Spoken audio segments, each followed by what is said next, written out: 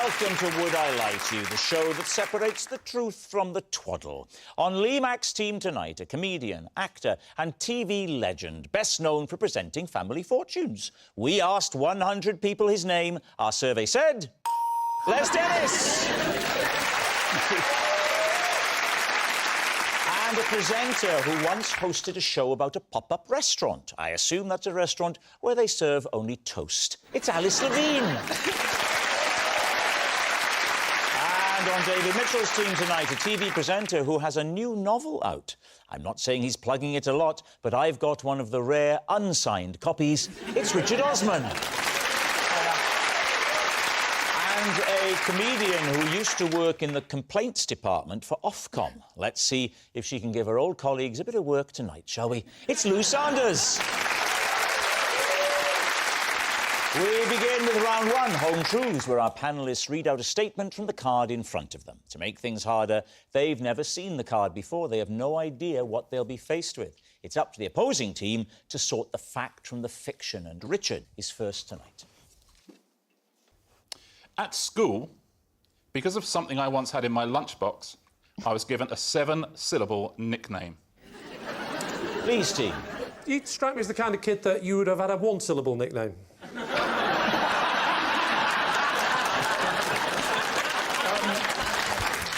All right, what was in the lunchbox? A sandwich, a snack. What was the snack? Well, there, Lee, we find 6 of our 7 syllables. Ah, brilliant. What's your 6-syllable snack? You can think of a 6-syllable snack, surely. I can, yes. The big one, the big one. The big one. Away you go. The big packed lunch, 6-syllable snack. I've thought of a 10-syllable one. Wow. Right. A salt and vinegar packet of crisps. Well done. You're so pleased, aren't you?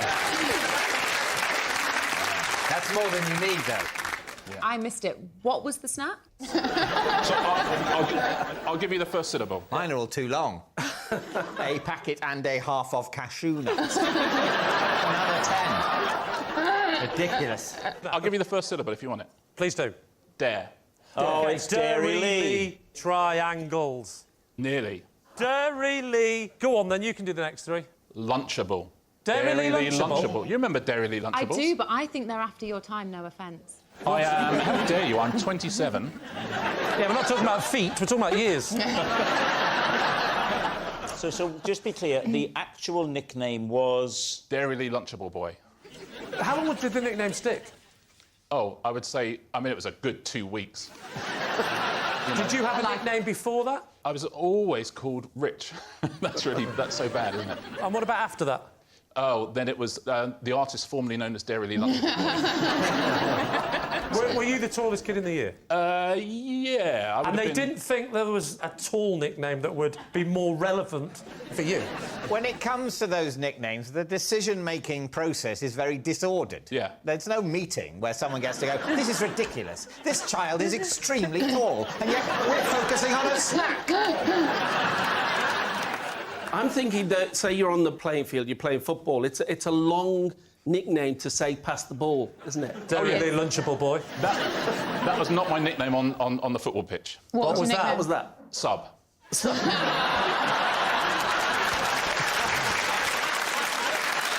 right, what do you reckon? Alice, is he telling the truth? No nicknames only last 2 weeks. That's what's so devastating about a school nickname, isn't it? They really linger. Did you have one, Alice? I actually did have one. Envelope bum. We don't want to know how that came about.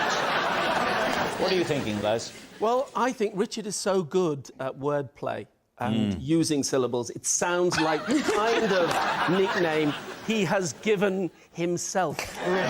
Lee, what are you going to say? The tallest kid in the school has never had a nickname, because I did say before and after, but no, nothing to do with my height. People quite liked me, Lee. It's a lie. No, that's a lie.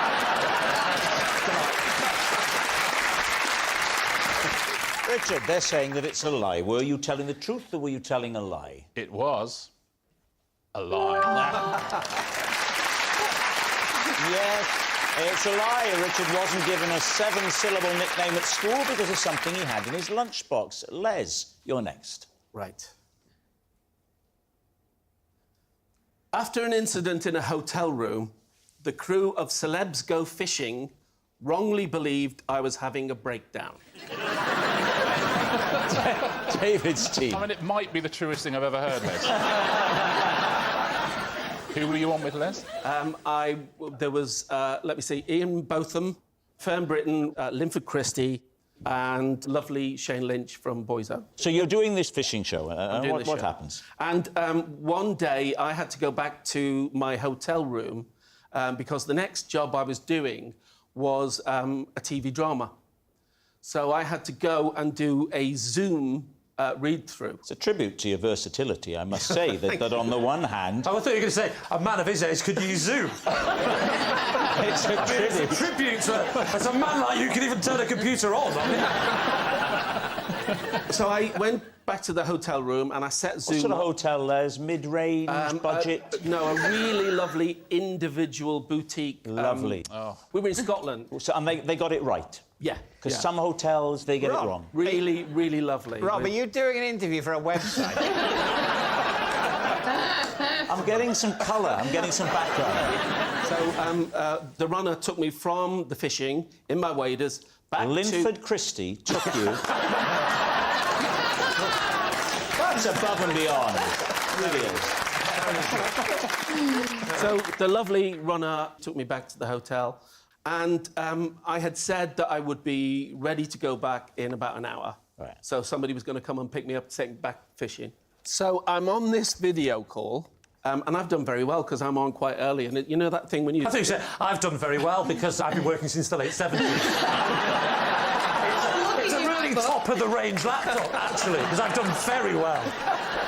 So I'm on this video conference call, Right. and it gets about halfway in, and I've got my big scene with an actor who's playing a bully. And I think it's the production manager that knocked on the door ready to get me back. But I was right in the zone thinking, no, I'm just going to ignore and I'm going to carry on with this scene.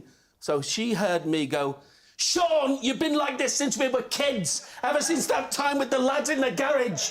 And I'm not putting up for it. You're a bully. You're an absolute bully, and you're nothing but a coward. Can I just say... I'll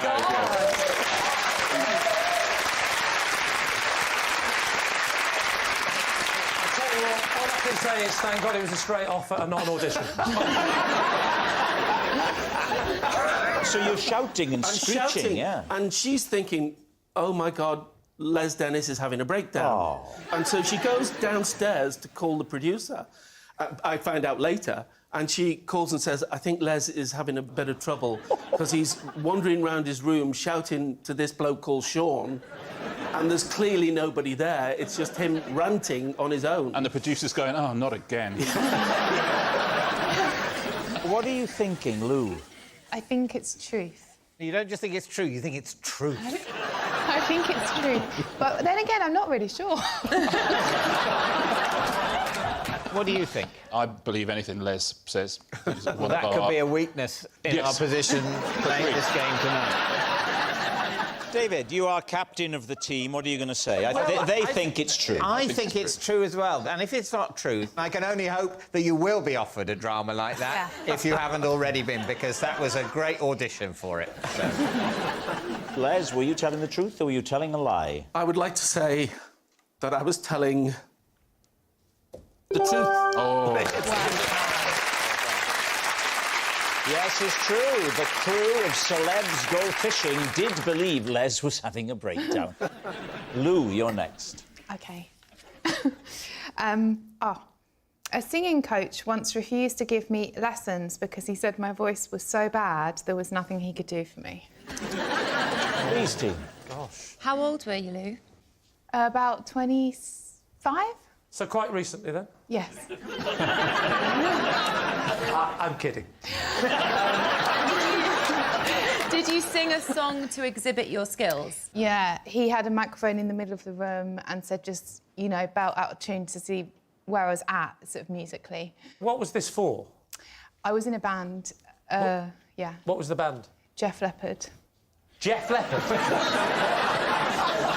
What is that? Is that a Def Leppard tribute band? No, just five girls having a nice time. But it wasn't a tribute band. We did 3 of our own Def Leppard songs, and we did 1 Def Leppard song as a nod. Do you remember the titles of any of those songs? Yeah, Rocking in the Evening with my friend called Stevening. I didn't know that was one of yours. How did that go? Rocking in the evening with my friend called Stevening. I mean, the range is incredible. You couldn't let the producers know that Lou's having a breakdown, could you? Was it the band's idea to send you for singing lessons? Yeah, so it's just And how me. did that conversation go? Was You- it awkward? No, because I knew that I was sort of limited in certain areas. I was a great front man. What do you call it? A front lady? That sounds rude. You're a great band, but I don't like the look of your front lady. What song did you do at the lesson? It was the one from Mannequin. And, you know... I'll just sing it, and then you'll know it. And we can build this dream together.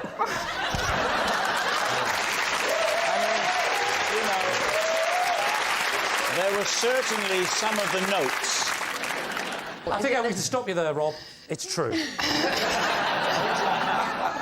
Yeah, but she could be good at acting. But Perhaps she's maybe got the I'm voice of an bluffing. angel and she's lying. La la la la la la la la la la. I don't know, Les. I now think it's a lie. I think it's a lie. You think it's a lie? I'll go with my team. OK, saying it's a lie. Lou, truth or lie? True. Yes, it's true. Our next round is called This Is My, where we bring on a mystery guest who has a close connection to one of our panellists. Now, this week, each of Lee's team will claim it's them that has the genuine connection to the guest. It's up to David's team to spot who's telling the truth. So please welcome this week's special guest, Roger.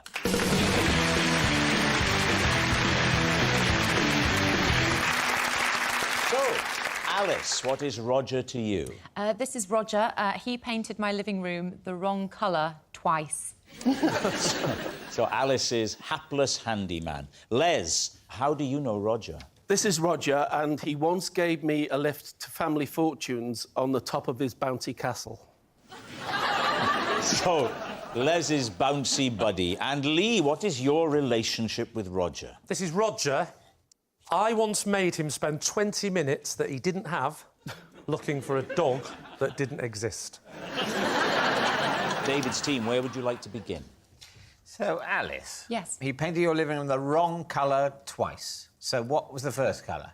The first colour was, I believe, called Railings. It's a kind of navy blue from a very posh paint brand. And what was the colour that you wanted? I wanted a dusty kind of plaster pink. What? That is quite different. It's quite different, yeah. And the second go? I got a pink that wasn't a dusty plaster pink. You like a bit of pink, don't you? I love a bit of pink, yeah. And then what happened? You're wearing pink. He's not being creepy. That's right. With having a Lancastrian accent, everything sounds a bit wrong, doesn't it? You love a bit of pink, don't you? To be fair to Roger, the first time it was your fault, but the second time it was my fault. How are you painting pink over very, very dark blue? I'm glad you asked that. I don't know, but thank goodness you can't see it through anymore because I would have been livid. There must... That's a great response. Well, I'm glad you asked. Because I don't know. I'm so glad you've given me the opportunity to tell you I have no idea. It is much harder to paint light over dark. Well, this was the thing, and that's why I was so... I mean, I was pretty livid. What colour were you? I was... yeah, it was sort of a kind of rosé. And then I feel like I kind of kept a lid on it, but only because Roger said he'd sort it out and was very apologetic. You should have taken the lid off. You'd have seen what he was painting. If it turns out that he is a painter and decorator, I'm just glad that he's turned up. I'd also like to say it's the longest I've ever heard a painter and decorator not talking. This is very interesting, Lee, that you're speculating so much about the profession of the person who you know to have been someone you spoke to about a dog. Now, Alice, Yes. you were wanting a pink. How was there miscommunication where you're asking for a pink and he gives you railings? Sure. When he came round to do the quote, he came... I've got very high ceilings, don't want to show off, so he did his quote, quite expensive, because, you know, period property. And so worked it out, wrote it in his little book. Then I went away, then he did his stuff. So that's how I think it was just next to another customer's decision. Right. So you first called him out on it when you saw the railings up on the wall? Yeah, so that's when he was very apologetic and said, I'll sort it as soon as I can. So what went wrong the second time? So the second time, I sent a link to the new colour. Yes. But I sent a link to a colour that I'd been considering Yes. when you're swatching it and everything. Yes. So that's when it's That my was fault. your because error. So that was my error. So did you have to pay for the second Well, now one? I just live with that colour. Oh, you just left it up? Well, because we've been doing this for about 3 years now, haven't we? It's taken forever. You've got Big- really high ceilings. All right, who would you like to quiz next? So, Les, the lift on the bouncy castle, how did that come about? Roger worked on Family Fortunes. You know, people always say to me, where do you get those families? Well, Roger was one of the guys that used to get the families. You make it sound like he went round shopping centres with a net. He auditioned them. Right. So, on this morning, we're staying in the hotel that's near the studios in Nottingham. And I'm worried because the cab hasn't arrived to take us to the studio, because I like to get there early for the production meeting. On Family Fortunes? Family Fortunes, this is, yeah. OK. Is there a lot of preparation? Rob, you're saying it like you host a show about the Hadron Collider. This is easier than Family Fortunes. Yeah. A lot easier. He's outraged I by mean, that. I would describe this as any idiot could do it. I think I've proven that. So, you've got to get to work. Yeah, I've got to get to the studios, Yes. and the cab hasn't arrived. So Roger said, I'll tell you what, we'll go in the van. Look at his face. He was working on the show. Yes. But in his spare time, he used to provide coconut shies and... coconut shies and skittle alleys, and also bouncy castles for fetes and for kids' parties. So you're late for Family Fortunes. Yeah. Les is the man who finds the families, but he also has a bouncy castle No, company. I'm Les, that's Roger. Roger. As I was saying, any idiot could host this show. Any idiot. I'm proving it's not as easy as it looks. Do you know what? If idiot had got here earlier and learned the names. And he stays at the same hotel. He's at the hotel, and so are two of the writers and the warm-up man. We're all there. With his van, with his bouncy With castles. his van, with his bouncy castles. OK. And we all get in the van. The warm-up man, Bobby, and I sat in the back, and Bobby just sat on the skittle alley. And I thought, well, the bouncy castle looks like the most comfortable place, so I sat on the bouncy castle. Can I just ask, did you take your shoes and socks off?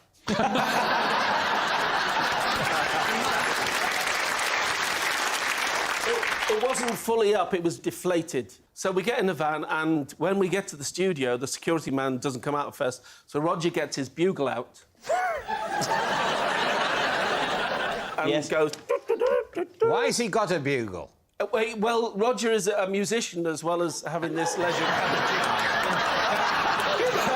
So he plays the bugle, and the security guy comes out and says, "What have you got?" And Roger says, "I've got two comedy writers and a warm-up man and a game show host in the back." And I actually said, "If it's up there, I'll give you the money myself." Oh, come on! All right. Now, what about Lee? Yes, so remind Lee, us, remind Lee, us. what is it you're claiming? I once made Roger spend 20 minutes that he didn't have looking for a dog that didn't exist What was he late for? for work. And what does he he do? work as? Bouncy castles. We've already been through that. He's got another job, as well as the bugles, the bouncy castles, and the taxi service to Family Fortunes. And the painting. And the musician. He's absolutely recession-proof, isn't he? He also works at a lockkeeper's cottage. A lockkeeper's cottage. He's a lockkeeper. Now, what about this little dog? Yes. What little dog?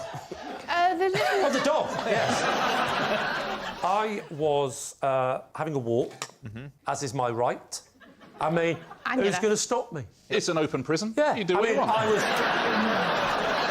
So now I'm having a walk in my local park, and I was caught short. So I popped into an enclosed area of trees and bushes. Yeah. And I did what I needed to do. Number 2? I can't remember which tree it was. I saw a little dog appear. Now, I thought to myself, I know what happens here. Somebody's going to come in after that dog. And sure enough, a man started coming in after the dog. So the dog's now looking at me weeing against the tree, quite shocked to look, as if to say, what? How are you doing that? With both feet on the ground. I can see Roger coming in. I quickly zip up. While you're weeing? No, I was able to stop my wee because you're stopping there are mid-wee. people that can stop mid-flow. Some people can do it. I have that kind of control. I can do it, but I don't like to.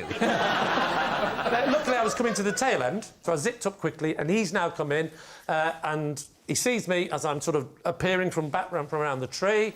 So what do? I panic, and I shout, Sheba! Sheba! And I start pretending I'm looking for a dog. I see. So you then wasted 20 minutes of Roger's time, as we know. But listen, we can all stop mid-flow. Yeah. It's fine. For 20 minutes... Who said I stopped for 20 minutes? Continue. What now? He said, well, I'll help you look. And he goes off and looks in another area with trees and stuff to see if the dog's over there. I take the opportunity to finish the wee. I'm not going to lie. His dog stays there looking at me as if to go, you liar. After 20 minutes of him seeing me getting upset, but I wasn't upset, I was acting, I eventually had a plan. Because I thought, I can't go from Sheba! Sheba! to... I said, I'm going to get going. Very hard to make that join, isn't it? I'm going to get another dog. You know what I mean? So eventually, when he was far enough away, I went, Sheba! Sheba, is that my phone? Hello? No way! She hasn't. Has she? Yeah. Oh, that's incredible. Her body had been found by the police. She'd found her way home. All right, we need an answer. So, David's team, is Roger Alice's hapless handyman, Les's bouncy buddy, or Lee's dog detective? I think Lee. You think Lee? No, I'm kidding. Was it inflated, the bouncy castle, Les? No, I said that before. It kind of deflated, but it was still quite comfortable. You see, that I don't believe. I think it's either deflated fully, or it's fully... I don't think it'll be in a sort of mid-state shoved in the van next to the coconut shy. And also, when they were talking about painting and decorating, Roger looked very cross. He did look... And he does look like he has his cup of tea, milk, 3 sugars. And that's classic builder stuff. I think he didn't take kindly to that stereotype. We think Alice, don't we? I think we're going to go with Alice. You think it's Alice. Roger, would you please reveal your true identity? I'm Roger, and I took Les to Family Fortunes, where he would sit on the bouncy castle. Yes, Roger is Les's bouncy buddy. Thank you very much, Roger. Which brings us to our final round, quick-fire lies, and we start with... It's David. During lockdown, I let my hair grow so long that I would occasionally tie it up in a man bun. Please, team. How long did it grow?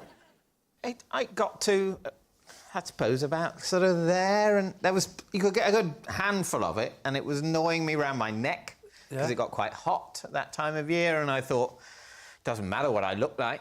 If it didn't matter what you looked like, why didn't your wife have a go at cutting it?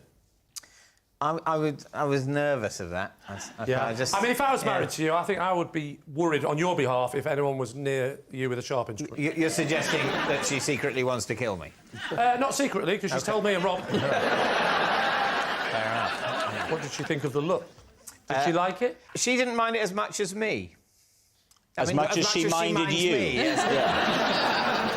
Did you do anything like answer the door to postman or anything during this period? I probably did. Did they give you a slight look at, like, that's not the David Mitchell I know? Yeah. It says David Mitchell, not David Beckham.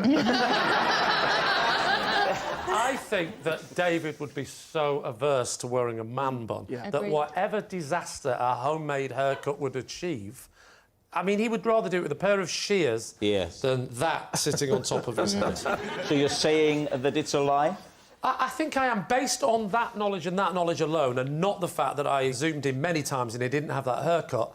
I am saying that, So we're saying it's a lie. David, were you telling the truth or were you telling a lie? I was telling a lie.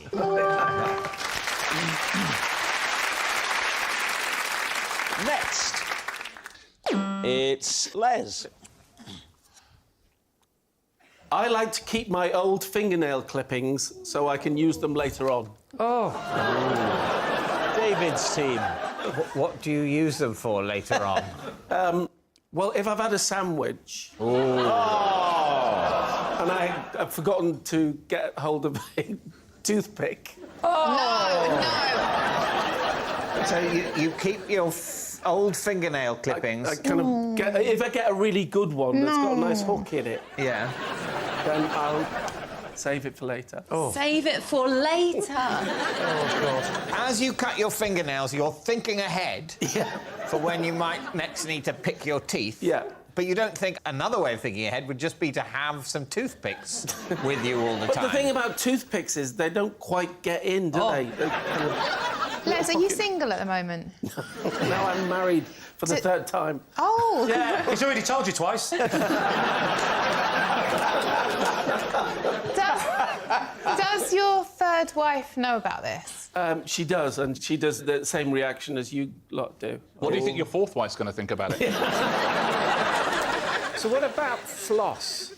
How does she feel about it?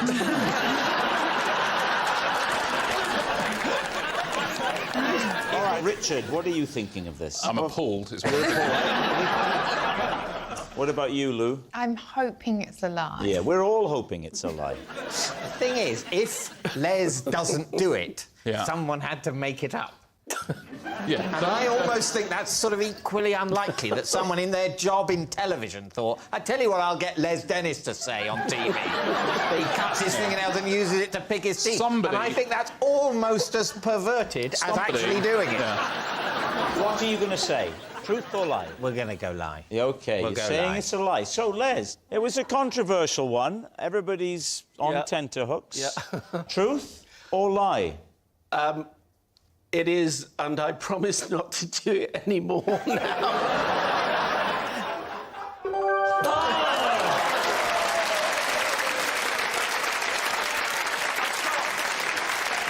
I'm afraid it's true. Les does keep his old fingernail clippings so he can use them later. Oh, that noise signals time is up. It's the end of the show, and I can reveal that David's team have 2 points, Lee's team have 4 points. Thanks for watching. We'll see you next time. Good night.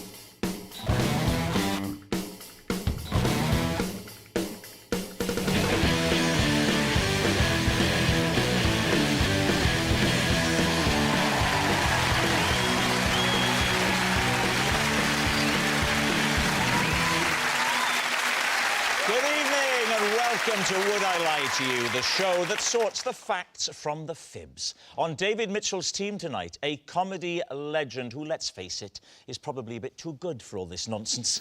But she's here now, and we've locked the doors. It's Jennifer Saunders! And a man who once hosted a show about the country's favourite biscuit. He's going to love tonight, hobnobbing with the stars. It's Richard Osman. And on Lee Mack's team tonight, a BBC breakfast host who often gets up at 3:30 a.m. So if she has a little nap tonight, we'll understand. It's Steph McGovern. And a YouTuber and vlogger. I haven't a clue what either of those are, but I have seen him on Strictly, so he's OK with me. It's Sugg. We begin, as always, with round one, Home Truths, where our panellists read out a statement from the card in front of them. To make things harder, they've never seen the card before. They've no idea what they'll be faced with. It's up to the opposing team to sort the fact from the fiction. Richard, you're first up. Last year, during a detox weekend at a health spa... We'll stop you there, Richard. Lie. During a detox weekend at a health spa, I slipped 3 emergency chocolate bars into a plastic bag and hid them in the cistern of my loo. Please, team. Why did you hide them in the toilet? Because you weren't supposed to have anything like booze or anything in there at all, and all the food was sort of kale and hang on. juices. So, Are you telling me this was so strict that they would check your room like some sort of prison cell, where you had to hide it in the cistern? Did you say? Yeah. They clean the rooms, and they and you're not allowed to have anything there, and it's all... Is it like that in prison? Do you go in with a suitcase? Yeah, take that, it's fine, we'll check your cell later. I don't know, is it?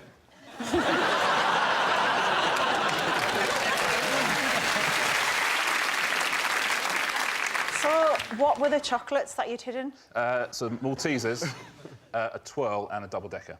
And what did you put them in before you put them in the cistern? I had them in a little Ziploc. You know, like when you go through customs at the airport, one of those little bags. What, those things that aren't with a zip on? You heard the question, Richard. A Ziploc bag. You know, they're plastic, aren't they? Yeah, but it has to be completely watertight at the end. The bit with the zip joins the end. And also Ziploc bags are water. I think you find wetsuits don't have zips on them. I rest my case. Yes, they do. Yes, they do. All right, bad example.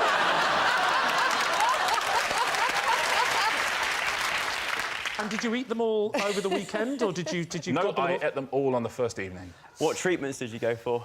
Oh God, all sorts of awful, like peels. Peels? Peels? What did you have peeled, Richard? Hot rocks. Sorry. You had your hot rocks peeled. Yeah. You know what? I would genuinely recommend it. Who did you go with? My partner. See, this is the bit that I don't believe, that he's got a partner. Yeah. Did you share the toilet? Excuse me? Did you share the toilet? I mean, in what sense? I mean... Were you sharing a bathroom? We have got to the stage of the relationship where we are able to use the same toilet. Yeah. Not at the same time. Yeah. It's not as romantic as you'd think, is it, using it at the same time? It's not the same as a bath. First month... It's just not very practical. Yeah. You hark back to those first months where you're always sitting on the toilet together and... with a candle on the cistern. Shall we go and have a wee, darling? What do you think would have happened if you'd have got caught with chocolate in the room? Oh, do you know what? I tell you exactly what would have happened. Nothing. But it felt like I was alive for the first time in many years. So what do you think? Is he telling the truth, Joe? What do you think? I mean, that's definitely a lie. From me, I think that's a lie. Why? I just can't believe it. Well, that's a good definition of a lie. I don't think there's anywhere that would be that strict about you bringing things in, apart from prison, obviously. So we think it's a lie, do we? Yeah. Yeah. You're saying lie? Strong lie. OK. OK, they say it's a lie. Richard, truth or lie? It is, in fact, a lie. Yes, it's a lie. Richard didn't hide emergency chocolate bars in his loo. Jennifer, you're next. I once broke into a convent and stole food from some nuns. Please do. When did this happen? When I was hungry. Quite hungry. Which was when I was young and didn't have any money. How young? Not 18, 19. Was it just you, or was there anyone else involved? A friend helped me. And what did you steal? I stole vegetables. Vegetables? Still When was it? vegetables. Is it the 19th century? Well, because that's nuns. Nuns grow things in gardens. Well, they do on TV, but in real life they go to Asda. All nuns grow vegetables. My God. No, they don't. No, they don't. Yes, they do. No. They I do. can't imagine a nun not growing vegetables. Yeah. If you can name a nun who doesn't grow vegetables, then go ahead. Trevor Nunn.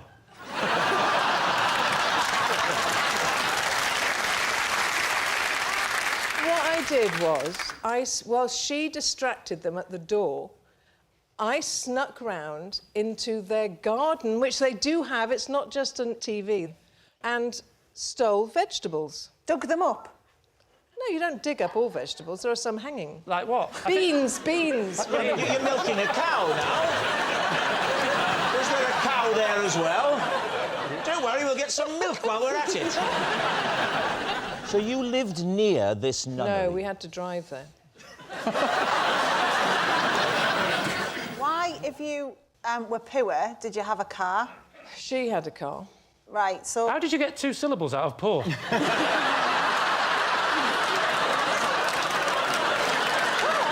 almost got more syllables than there are letters. How far was the car journey, Jennifer? About 40 minutes, I suppose. You drove for 40 minutes?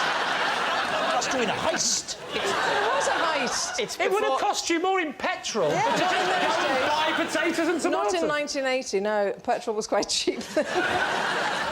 What do you think? Does this sound as though it could be true? No way. So, Steph, you think it's a lie. Joe, Yeah. which way? Yeah, I think it's a lie. I think it's true. No. Just the one syllable. What, that you... I was waiting for the rest of it. So what's it going to be? I have to go with the majority, even though I feel it's true. OK, they say it's a lie. Jennifer, were you telling the truth or were you telling a lie? I was telling the truth.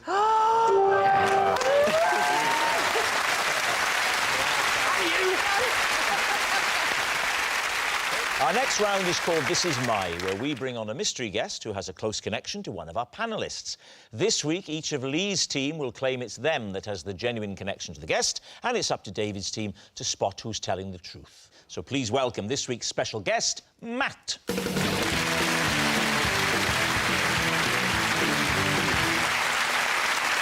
So, Joe, what is Matt to you? This is Matt. After I made his life hell on the Strictly tour, he took revenge by gelling my hair with Marmite. Steph, how do you know Matt? This is Matt. Together, we once threw some knickers at Jennifer Saunders. Lee, what is your relationship with Matt? This is Matt, and when he broke both his arms, I used to pop round his house and scratch his itches with a knitting needle. So there we have it. David's team, where do you start?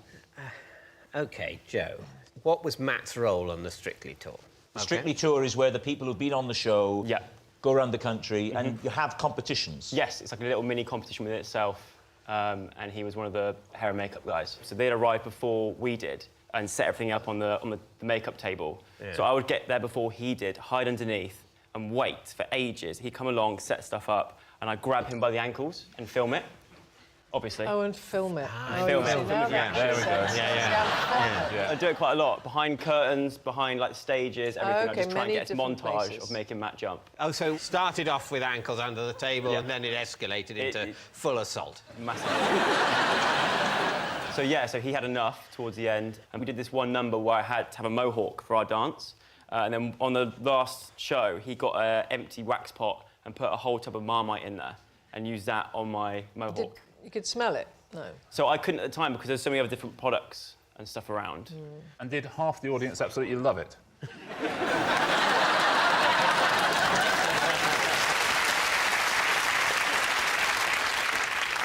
Did it work? It held it, yeah. Because I didn't notice until we got out there, and then we could both smell it because we left the backstage bit. Oh, it's horrible. Imagine picking up your partner and getting that yeasty smell.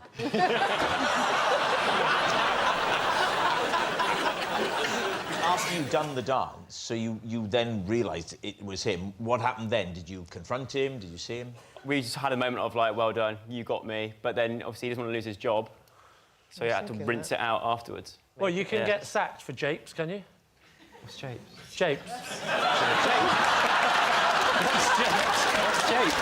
Japes, you know, practical jokes. Oh, yeah, well, I think so, yeah. Well, you're grabbing his ankles. How come you didn't get sacked? Because I was... A star. You're the star. All right, who would you like to go to next? So, Steph, this knicker throwing. Yeah, Matt and I threw knickers at Jennifer Saunders. Jennifer, right. Where? They were nuns and they were trying to get you out of the garden. Liverpool. Empire. Yeah. Never give them options. What was the show? What was the show called? French and Saunders. Okay. Oh, that sounds good. I'd like it. I've not heard of it. I have to ask, why were you throwing pants? Because Matt and I are big fans of French and Saunders, and we thought that would be a creative way to get your attention and tell you that we think you're brilliant. Did it get your attention? No, I don't remember that at all. But the windmill got your attention. Pardon? The windmill. What windmill? That. So we decided, as a backup, we'd also make windmills with your face on. So we made one of Don French and one of you. Can I just check, is this going to end in a restraining order? What sort of windmills? You know those things you put in your garden or you get on the beach or whatever? So not a windmill? No, not one of like those little throw a whole things. windmill at somebody. I think we understood that it wouldn't grind grain. Into the show we threw the knickers, and then when we realised that hadn't worked, then we went backstage and waited for you. That's the stage door. When you say worked, what were you expecting to happen? Just like to, I don't know, just to... Be invited backstage. Who threw those knickers? Would you like to go out for a drink? Yeah, but I was a teenager, you know. There wasn't social media and things back then, so we couldn't tweet you and say anything, or... This is what it was like before the internet. When before vlogging or Twitter, you had to write a message on a windmill and throw it at someone. Life was so simple. That's what Grinder used to be. We weren't trying to chat them up, we were just trying to show our, you know, appreciation. So the windmills had their faces on, and the idea with the windmills is that you'd hand them over. Yeah, and just go, we love you. Here's a windmill with your face on it. The international language that's of love. charming. Yeah. That is charming. Here's a windmill, not Yeah. here's a windmill, now can I have a selfie? I think that's better, quite it's nice. better than the pants. It is quite nice, Jennifer, but if it's true, the sad ending to this, that all this effort she made and you have no recollection of it whatsoever. How do you know Matt? Yes. We grew up yes. together. How would he say the word poor? Actually, he's turned a bit posh now, so... Okay. So he wouldn't say it at all. Yeah.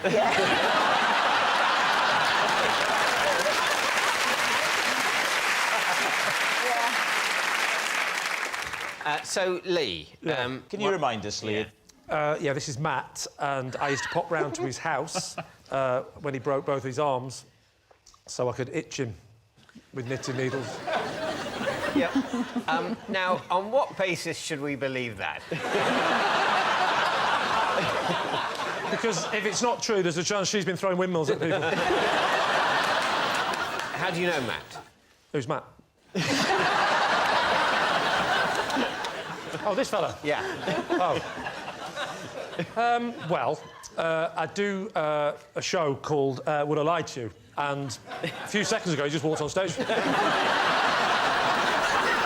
since then, we've become really good friends. No, I know Matt because... I was going to say we went to school together. I've changed my mind.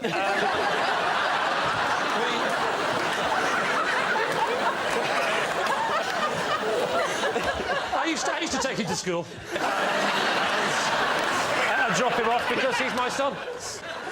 That'll do. He's my son. I know Matt. I don't actually know Matt very well. I play five-a-side football with the local dads, and he plays sometimes. He's one of the sons of one of the fathers. And so I know him a little bit, just to say hello to. I say, hello, Matt. And he never waves, but we know why I know.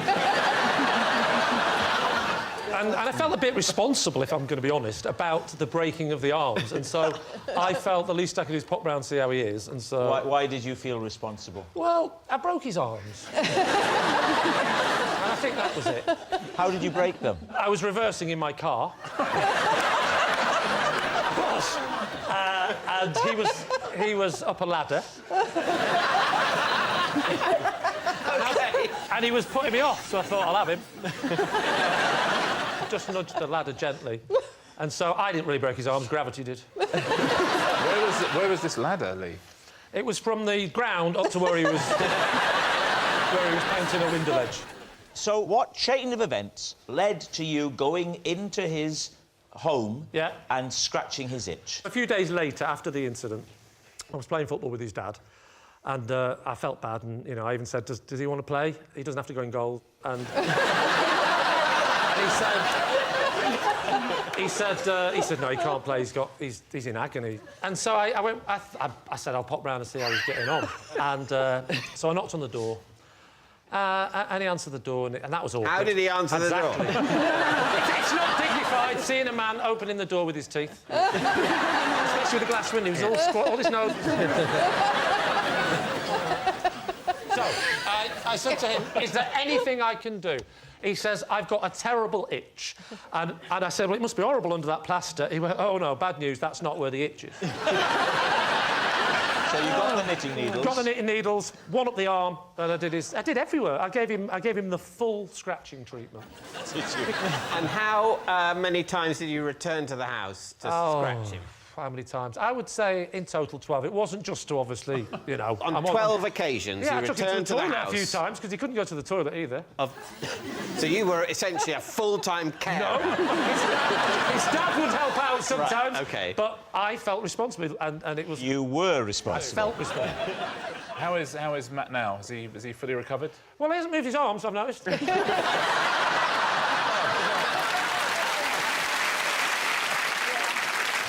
All right, we need an answer. So, David's team, is Matt Joe's pranking pal, Steph's lingerie launcher, or Lee's plastered patient? I think it's Lee. I was there, and even I don't believe it. Let's put Lee aside for now. Oh, wouldn't that be lovely? I don't think Marmite would hold. I think it's sloppier than that. You would smell it straight away as well, wouldn't you? And it is a risky thing for someone to do to a star, isn't it? I think it's Steph. I think it's Steph. It'd be great to go for Steph, because if it's true, it's lovely. It'd be great, and if it's false, it's brilliant that you think it's her. Yes. So you're going to go for Steph? We think it's Steph, yeah. All right. Yeah. Okay. Matt, would you please reveal your true identity? I'm Matt, and together, Steph and I, through knickers, with Jennifer Saunders. Yes, Matt is Steph's lingerie launcher. Thank you very much, Matt. Which brings us to our final round, quick-fire lies. And we start with... It's Richard. Oh. To avoid being disturbed backstage on Pointless, I have a fake name on my dressing room door. Who do you get disturbed by? Oh, People with windmills with his face on. We call them freaks, Steph. Just contestants, essentially. You don't want contestants to be knocking on the door and Why coming not? in. Because sometimes you've got question papers, and so, you know, I don't want them seeing what the questions are for their show. All right. So what name do you put on the door to stop people knocking? Is it Rob Brydon?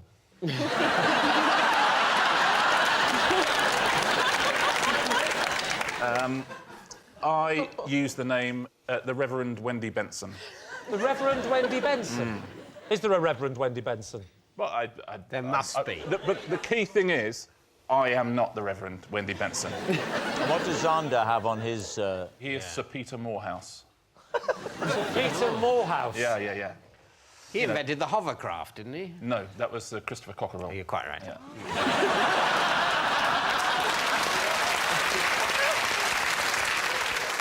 Which is the name Lee has in his door. Well, it's something cock something. I can't remember exactly. You'll have to change the names now, won't you? Because you've admitted them in public, and I suppose so. future contestants... Well, it depends if it's true or not, I suppose. So is it the truth? I think it could be, yeah. I could imagine. You think that he's changes his name to Reverend Wendy Benson, and Alexander Armstrong changes his name to Sir Peter Moorhouse. Sir Peter. That's exactly right. Again, extra syllables, I think. The way he said it. I don't know. What do you think, Richard? I think. Do you Well, think it's truth or a lie? I'll say this. Yeah. If it's not true, I'm going to start doing it. What's your instinct telling you? You've been on the show a while. My instinct tells me it's a lie because I don't believe he's higher status enough to have a dressing room.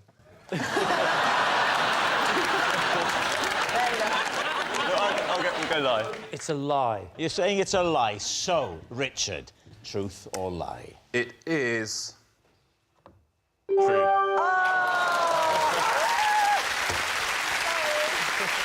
Gosh, it's true. Next. It's Joe. To prove I could handle owning my dream pet, I first had to look after a series of other creatures, each one bigger than the last.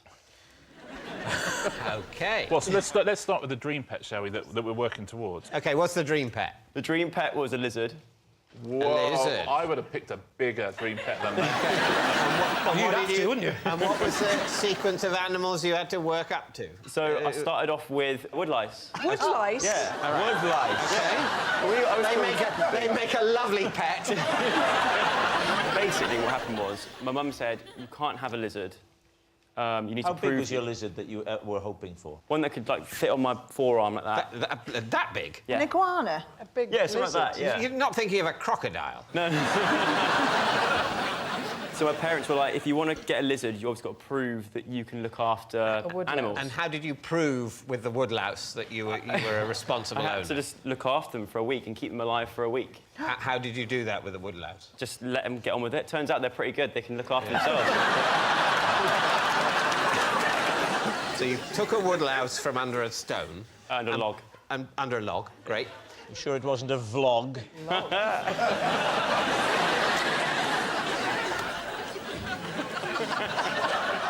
What are you doing? Writing that joke All down. right, yeah. So you took the woodlouse, and what did you put it in? In a little plastic container. With food or with... Bits of the log, bit of grass, that kind of thing. Sounds like lousy accommodation. Don't write that one down, Rob. At the end of the week, it was still alive. Yep. And your parents said, great, it's time to upgrade to a... Stick insects. Oh, where did you Quite a big find jump. that? So my cousin had some, and I was Yeah. really jealous of them, and I really liked them, so he gave me some of his. And then I looked after them for a bit. How did you look after them? I had like an empty like lollipop jar. What had happened to the woodlouse, though? I forgot about they were actually quite boring pets. They don't do a lot. They're not very affectionate, are they? Woodlouse. But it wouldn't be better if they were. Thing is, I'm not sure. Go into the garden, all the woodlice are bounding up to you, trying to lick your face. I'm not sure. that's the thing. And how long did you have to keep the stick insects alive? Just for another week. And then at the end of that week... This is where it all changed. Oh, so then was okay. my first trip properly to the pet shop. A horse.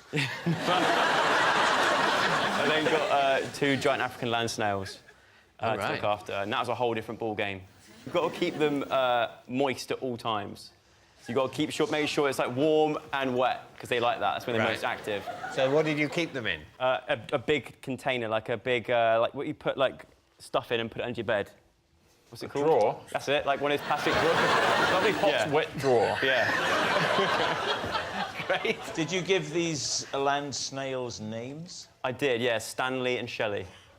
Named after... Shelley. I like that. Shelley, because... Shelley. Yeah. Write that one down, Rob. Yeah.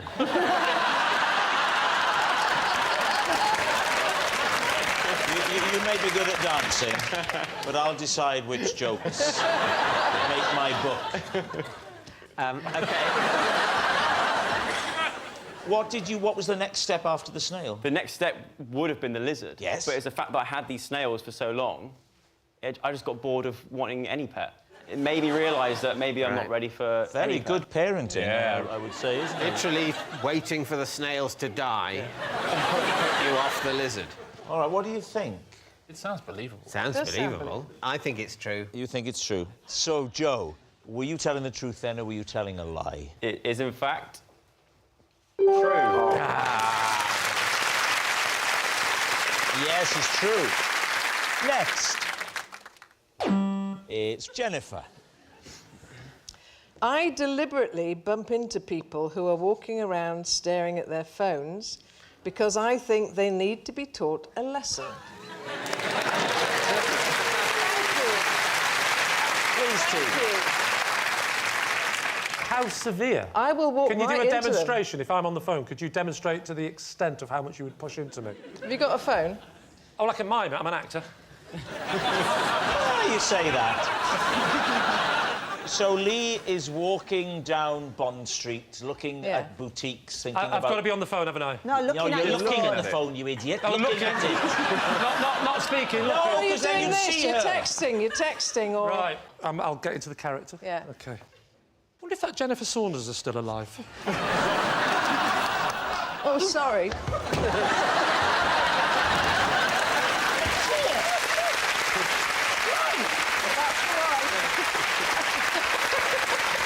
That was strong. That was strong. Oh, she's still alive. He's such a subtle and truthful performer, isn't he? I'm presuming you've got a phone, and you look at your phone sometimes. I stand still and to the side. Thank you very much. Oh. I'll tell you what, that's very self-righteous from someone who steals from nunneries. What do you think? Is she telling the truth? I think that's true. Yeah, I think it could be true. I wasn't sure, but now I've had the feeling of it from her. I think we should all start doing it. I think you could probably do it while looking at your phone, actually. Yeah. If you sort of glanced up, well, there's someone looking at their phone, look at my phone, someone... It'd be great. That's great, because you could do it while getting on with stuff on the go. We should invent an app that shows you people in your area who are looking at their phone. But so you can see exactly them in front of you. Yeah. See, well, where is Off the this list. inattentive moron? So what are you going to say? I'm saying it's true. OK, Jennifer, were you telling the truth, or were you telling a lie? I was telling a lie.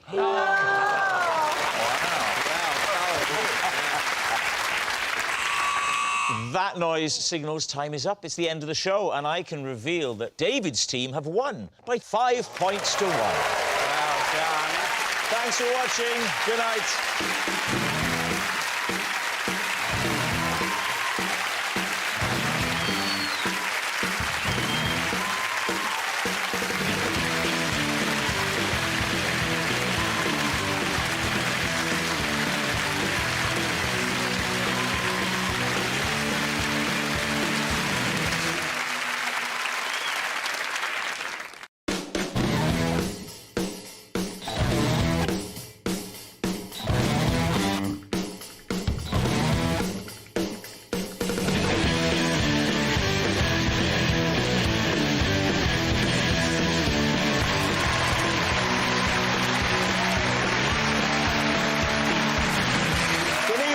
Welcome to Would I Lie to You, the show with naked truths and well-dressed lies.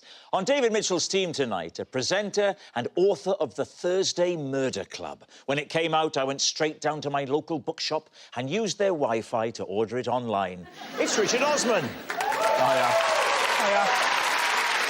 And a comedian who's originally from the town of Newcastle in Australia. It's just like our Newcastle in that nobody wears a coat in January. It's Sarah Kendall. And on Lee Mack's team tonight, one of Britain's favourite poets, whose new book is called Up in the Attic. I didn't understand it. It was a bit lofty for me. It's Pam Ayres. And an actor whose co-star once punched him in the face during filming. Rest assured, that kind of thing almost never happens here. From Ghosts, it's Kiell Smith-Bynoe. We begin with round one, Home Truths, where our panellists read out a statement from the card in front of them. Now, to make things harder, they've never seen the card before. They have no idea what they'll be faced with. It's up to the opposing team to sort the fact from the fiction. And Richard is first up tonight. 2 years ago, after losing my keys at a fancy dress party, I had to break into my house while dressed as Darth Vader. Please, team. Ooh, OK. I want to know about the costume. Was it a good one? It wasn't bad, actually. It was from a shop. It wasn't homemade.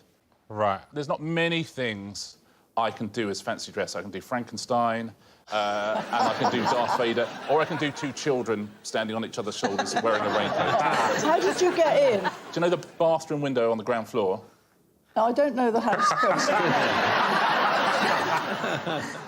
Well, there, essentially. What, you squeezed in, you, through a bathroom window? You know what, Rob? I used the Force. Oh, you used a hell of a force. So what, not the little window, you mean the whole big bathroom window? It's a stash window, yeah. And I've done it before. I went under it with a little piece of metal that's by the bins. It's an old school ruler, which I've always kept there. A school ruler of Herculean strength, then, I should say. No, you know the metal ones, like technical drawing. OK. By the way, it's no longer there now if anyone does go around to my house. And what about the party now? Which other characters? Were there any other Star Wars characters at the party? Yeah, and this is genuinely true. Someone else at the party was a Darth Vader, but in... I bet you towered over him. He would have felt like a pathetic Vaderette. Was he how enfeebling to be the small Vader at a party. Was he smaller than you? Take a wild guess, Lee.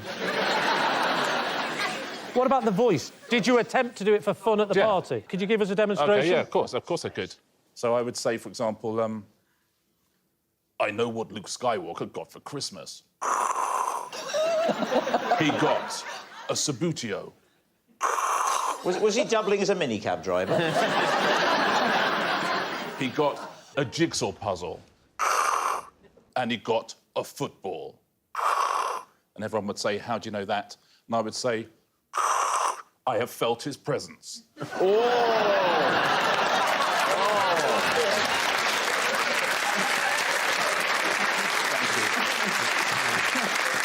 What do you think, Pam? I have a sneaking feeling that it is true, actually. You know, being shut out of your house isn't that unusual, so I think it's true. I just don't think you've got a ruler by the bins. I mean, a man who puts a ruler by a bin puts a key under a brick first, doesn't he? You know what I mean? Not necessarily, because the key thing about the ruler by the bins is that it's knack needed. A key is no knack needed. Are you speaking English? No. Yes, yeah. People underestimate the protective power of a knack. If you need a knack to get in, then essentially the means of getting in can be available because the burglars won't have the knack. Yeah, unless they steal it and then it's a knick-knack.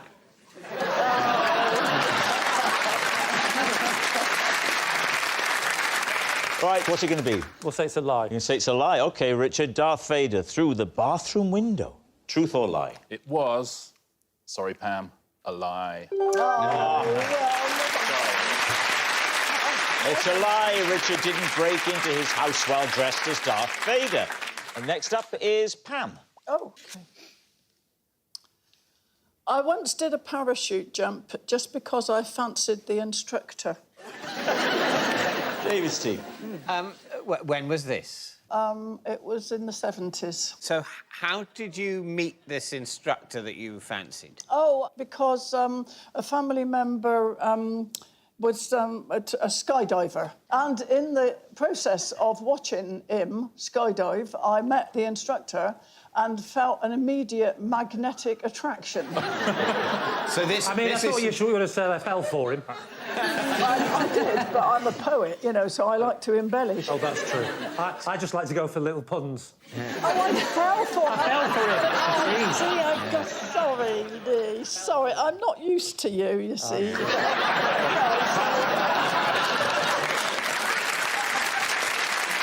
Describe him to us, then. What was it about this man that was so attractive? He wore a lot of straps. Oh, hello. All right. And what is it about a man in straps that you like? Well, I don't know. There's something sort of dark about straps, aren't there? You know, he had these straps and the sort of around the groins and everything, and he did it. I wasn't expecting this, Pam. I'll be very honest. Do you recall his name, Pam? Yeah, Doug. Doug. This is the Vale of the White Horse accent, of which I'm exceedingly proud. So how did you take it a step further Well, with him? I volunteered to learn how to parachute jump. Yeah. And did you have to have straps as well? Oh, indeed, I did. Are you strapped to Doug as well? Because I've done this. No. And you're on the front. Well, I was, like a little baby in a papoose. Oh, no, this was... No, Lee, it was lovely. I've never felt so safe.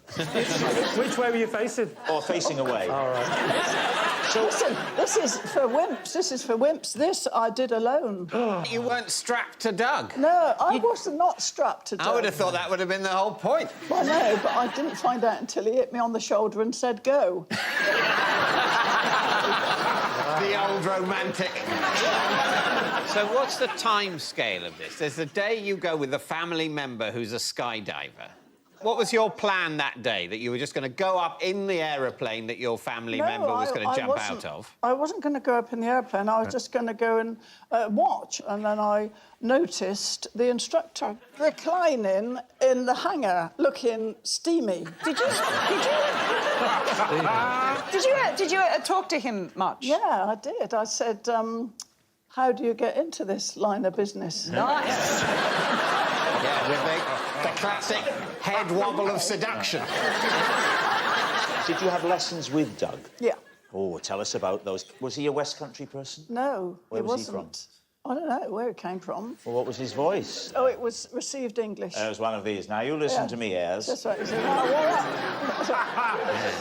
Let me just tighten this strap. Hang on, let me get this one. That's better. Let's stop the blood. Now. He didn't say anything lascivious like that. He was a perfect gentleman with beautiful received English, and he said, I think you're going to enjoy this. Well, your heart was aflutter at that, wasn't it, eh? All right, so what are we thinking? Richard, what do you think of this? It sounds reasonable to me. At first, I didn't believe it, but you were going, look, this is just a thing that happened. Like, you just wanted to get your story out. So what's it going to be, David? That's definitely true. Yeah. There's no doubt in your mind. No doubt in my mind. I can picture it entirely. All right, they're saying it's true. So, Pam, was it true or was it a lie? My story was true. Yes, it's true. Pam did a parachute jump just because she fancied the instructor. Sarah, you're next. I once survived being lost in a forest by eating a whole tin of cat food. Lee's team. Wow. Gosh. When was this? 1996. How did you open the tin of cat food? I smashed it on a rock.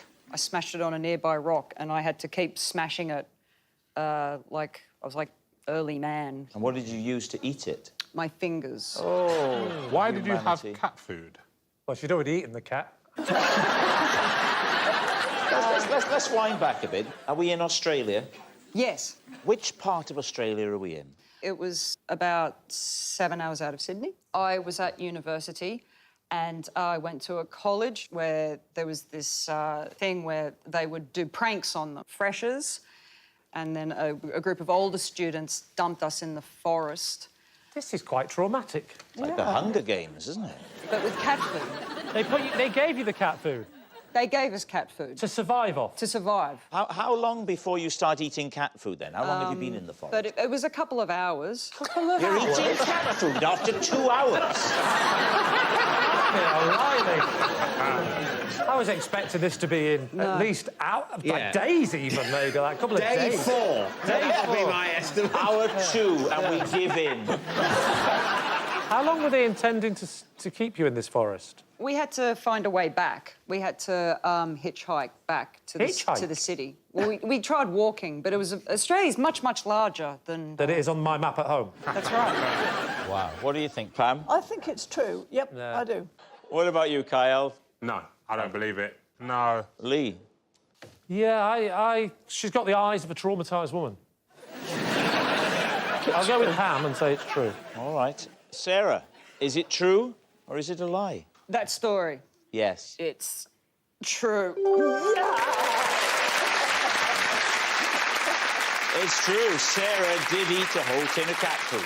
Our next round is called This Is My, where we bring on a mystery guest who has a close connection to one of our panellists. This week, each of Lee's team will claim it's them that has the genuine connection to the guest, and it's up to David's team to spot who's telling the truth. So please welcome this week's special guest, Lee.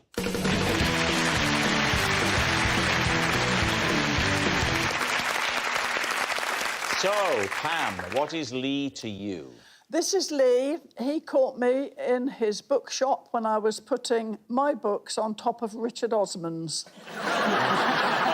Right, so, Pam's bookshop buddy, Kiell, how do you know Lee? This is Lee. We once pretended to be 50 Cent's support act to get into a club. Kiell's fellow fraudster. And finally, Lee, what is your relationship with Lee? This is Lee. I single-handedly held his five-a-side football team to a draw after all four of my teammates were sent off. So there we have it. David. Right. So where was this bookshop, Pam? In Blackjack Street, Cirencester. And what's it called? Octavia's. Great name, Blackjack Street. That's Blackjack Street is great, isn't it? Do the numbers only go up to 21? So describe what you did and how Lee responded. And as you go in, there's a round table in front of you on which they put all the bestsellers. And I saw, as I walked in, a great stack of Richard's books, and I was consumed by a bit of jealousy and envy. I thought, here's this man who's selling all these thousands of books, and here am I trying to earn a crust as a poet. Yeah. And I confess, a black cloud descended upon me, rigid with fury. I picked up... That's that scene from Pulp Fiction. I will strike down upon thee! It's like Samuel L. Jackson. Rigid with fury and envy and jealousy and all of those foul emotions. I've got a couple of my books and I put them on top of his because I just thought it wasn't fair that one person should be so massively successful when I am scratching a living as a versifier. Well, that all sounds very plausible. And Lee saw you do this. He saw me. He came over to me very politely and he said, "Excuse me, madam, but I have to bring to your attention the fact that you're not permitted to shift books around in the way that you are doing at present." And he said, "I must insist that you replace the books where they were originally exhibited." Did he realise that they were your books? What? Did he realise they were your books? Not initially. Not until I spoke. And then when I spoke, the realisation dawned across his face and he said, "Ah, you are that poet of renown." Yeah. You are that poet of renown. I wish you'd put that book down. Wow.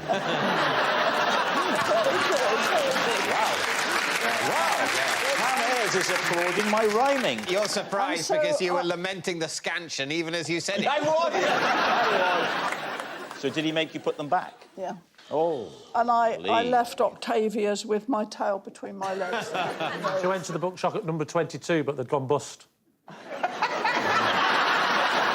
you getting used to him now? I'm getting used to him now.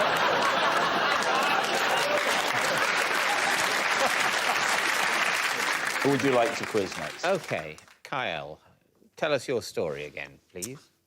So we pretended to be 50 Cent's opening act to get into a club. Okay. What was the club? It was, I don't remember the name of the club, but it was in the Arcadian in Birmingham.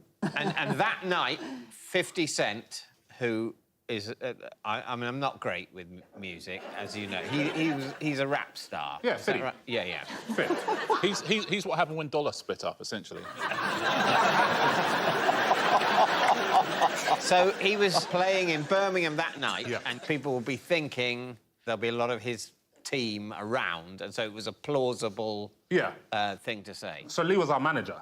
We were from New York, and he was telling them, like, listen, I've got these guys. They weren't going to come out tonight because they were going to be tired after the gig, but they've actually decided that they do want to come and shake a leg, and we've heard that this is the best club in Europe. We've heard that the best club in Europe is in Birmingham. Yeah. So did they ask you anything? So did you put on a New York accent? Well, Lee was doing the chatting and talking, and it was like, listen, I've got these guys, they've come from New York. Look, here we go. I will be the bouncer. you be Lee trying to get into my club.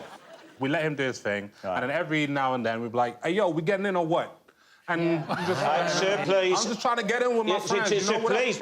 Now, appreciate you've had a difficult night. Put yourself in my shoes. Like, where are you from? Like, I'm from Birmingham, you cheeky devil. Now, if it's a quiet night, you can come in. Right. Night. What? If it's a quiet night. Why have you got your granddad with you? What's he doing here? Tell us about your band. I mean, what sort of band? Love a bit of music, mate. Yeah, we do, like, rap music or whatever. What part of New York are you from, sir? Brooklyn. I'll tell you what, it's breaking the rules. We're going to let you in. All right? I appreciate that. I'm with him. Can I come in? I'm sorry, sir. We have an over-70s night every Sunday. Can I come in? You can definitely come in because tonight is bondage night.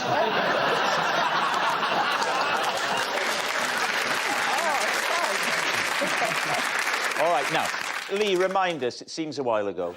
So, this is Lee, and I single-handedly held his five-a-side team to a draw after all of my players were sent off apart from me. What year was this? This was about a year ago.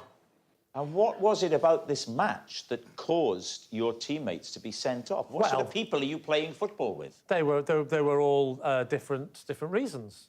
Please tell us. Well, the first one was sent off for dissent. Who was that first person?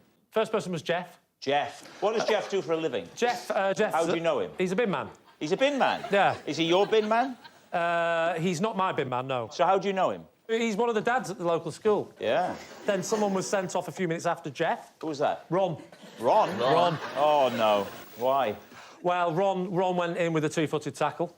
No. A two-footed tackle? Yeah, and he has got one leg as well, which is really weird. But he did it twice. So... How do you know Ron? Postman. He's a postman, is he? I know he is. Is he your postman? Not my postman, Not your postman? No. So how do you know him if he's not your postman? Well, I just know him from the local school. He's one of the dads. Ah, OK. And who's the third thug? Why don't we say the next two were sent off together, shall we? The next one to be sent off was Rob. Rob? What does he do for a living? He's actually a butcher. A butcher? Yeah. Is he your butcher? No, he's not my butcher, no, I'm a vegan. So how do you know him, then? He's next door to the veg shop. And so you've naturally got to know the shopkeeper of the shop next door to where you buy all your well, I go and buy my vegetables, and I always look in and I'll always give him a, that's cruel! So we get to a point where Jeff, Ron and Rob have gone. It's just you and another person. Now, who's the other person that you're relying on? Adrian. Adrian. Yeah. Now, what does Adrian do? He's actually lost his job. Oh, no, but what did he do? He was a butcher, a postman and a bin man. Must be quite hard for him, then, to be around the other guys, the memories. Well, yeah, but, you know, they were bras. Sorry? Oh, memories, sorry. Yes. And what was he sent off, then? Well, he was sent off for time wasting. Yes, because obviously, think about it. You're 8-0 up at half-time, you get a man sent off, and now it's 8-1, and then it's 8-2, and then it's 8-3, 8-4, 8-5, 8-6. We're down to 2 players, there's only a few minutes left. What are you going to do? You're going to time waste. What was he doing to waste time? He went for a Kit Kat. What was the name of the team? Fish Alive FC. Fish Alive FC. 1, 2, 3, 4, 5. Once I caught a fish alive. Oh, that's really good. All right, we need an answer. So, David's team, is Lee Pam's bookshop buddy, Kiell's fellow fraudster, or Lee's football friend? Well, I don't believe Lee. Why? Because of all of the details. I think it is Lee. You think I agree. Yeah. I think Lee has done a Lee thing of making the story kind of like... Yeah. There's stuff that didn't happen. Right. But I think the guts of Lee's story... I do. It just feels... So, well, for example, the professions of your team. Yeah. Were they really a binman, a postman, a butcher, and an unemployed former bin man, postman and butcher. OK. Is that true? No. No. No, it's not true, David, because that would be ridiculous. I don't actually believe it was Lee. That was... You don't believe it? Who do you Of believe? course not. Well, it could... No, but the point is it could be Lee. David. Yeah? Probably not Lee. Are you giving me a clue? I'm worried you're having a breakdown. Richard, what about Pam's story? People do it a lot. People put their books in front of other people's books. I absolutely get it. No way is Pam Ayres being disrespected in any bookshop in this country. I think you're right. And I thought that the Brooklyn accent was absolutely terrific. So did I. Yeah. Let me just say now, I might have given the impression that I was ruling out Lee. And while on many levels... What sort of mind games are you playing? You say you want to help me, and then you do this. I still think it's Lee. Honestly, You think it's Lee? I still think it's Lee. I agree with Sarah. OK, David, you're the captain of that team. You're the leader of that team. What are you going to say? Kiell, every day of the week. Yes, I think it's probably Kiell. OK. Lee, would you please reveal your true identity? I'm Lee, and I helped Kyle get into a club. Yes, Lee is Kiell's fellow fraudster. Thank you very much, Lee. Which brings us to our final round, quickfire lies, and we start with... It's David. Possession. Right, now, there's a box under the desk, David. First of all, pop the item onto the desk. Once you've done that, would you please read the card? OK. This is my penguin. When I used him to play a prank, it got out of hand. Wow. So what's the story, David? What happened? Well, this is a penguin that must have come out of a cracker. And I put him in the garden, sort of hiding him, and took a picture in order to pretend that I had spotted a wren. To pretend to who? To my wife. That was my aim. And what did she say? She took it at face value. How old is your wife? Why were you pretending that you'd seen a bird in the garden? It was a rainy weekend day, and it was the day where people are invited to count garden birds. A big garden bird watch. Is that what it's called? Yes, that sounds like a indeed. very good name for it. Right. Yeah. You're a big fan of birds, aren't you, Pam? Does that look anything like a wren? It does not remotely resemble a wren, because a wren is a little brown bird, quite a boring little bird with a sticky-up tail, whereas that is a plastic penguin with a white bib and a key sticking out of its back. It was a poor photograph. It was a Was grainy... it deliberately poor? Yes. I didn't really expect to be believed. I don't think... Oh, good, because we don't believe you. I don't think my wife looked very carefully at the picture. Did she just glance quickly? Yeah. And then what was her reaction? Her reaction was that she sent it to the street WhatsApp group. Are you quite a prankster around the house? Not usually, but I have occasionally attempted to amuse. Well, never in my presence. What do you think, Kiell? I'm going to say true. You say true? Yeah. And what about you, Pam? Yeah, I think it's the sort of thing somebody would do for a laugh. And you think that Victoria Corrin-Mitchell, one of the most erudite, sharp brains around... Would marry him? Would marry him.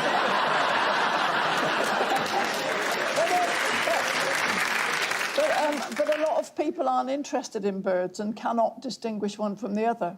All right, your team seem to be saying true. Well, if my team think it's true, then who am I to disagree with them? OK, they say it's true. David, was that true, or was it a lie?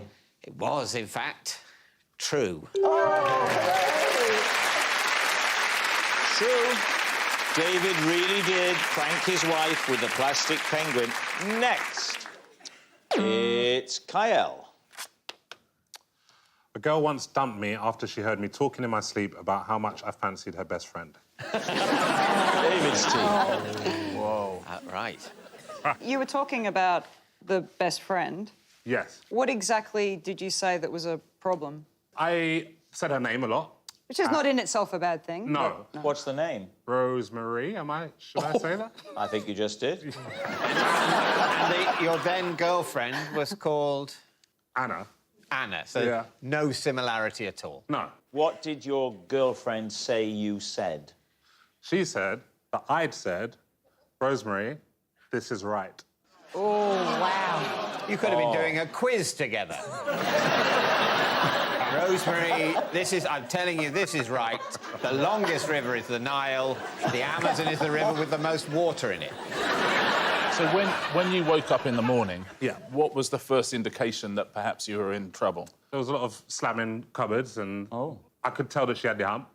And then I was like, what's going on? And she said, well, you're talking in the sleep about Rosemary again.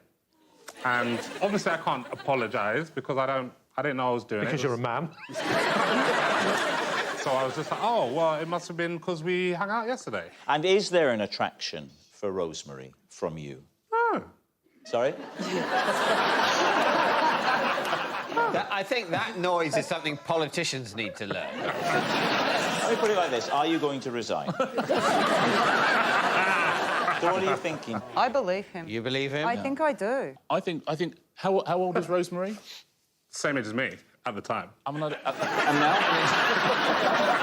Rosemary, I don't know, as a name, is a particularly... Yeah. What do you call Rosemary? Rosie. Well, then I would have thought he would say Rosie. I was dreaming. I was asleep. People are very formal in their dreams, aren't they? I think that trips it up. Oh. This is difficult. That's... I'm going to go lie. I'm going to go lie. Right. They're saying it's a lie. Kiell, truth or lie? Oh, no. It is a lie. It's a lie. Kiell didn't talk in his sleep. Oh, that noise signals time is up. It's the end of the show. I can reveal that it's a draw. Lee has 3 and David has 3. Thanks for watching. We'll see you next time. Good night.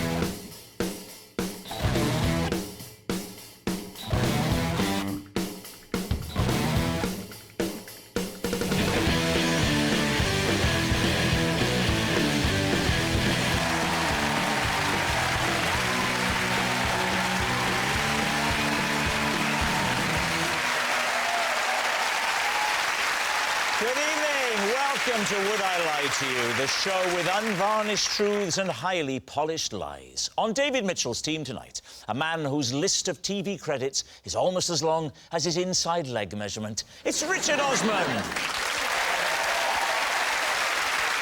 an actress who once had a job peeling potatoes in a chip shop in Bolton.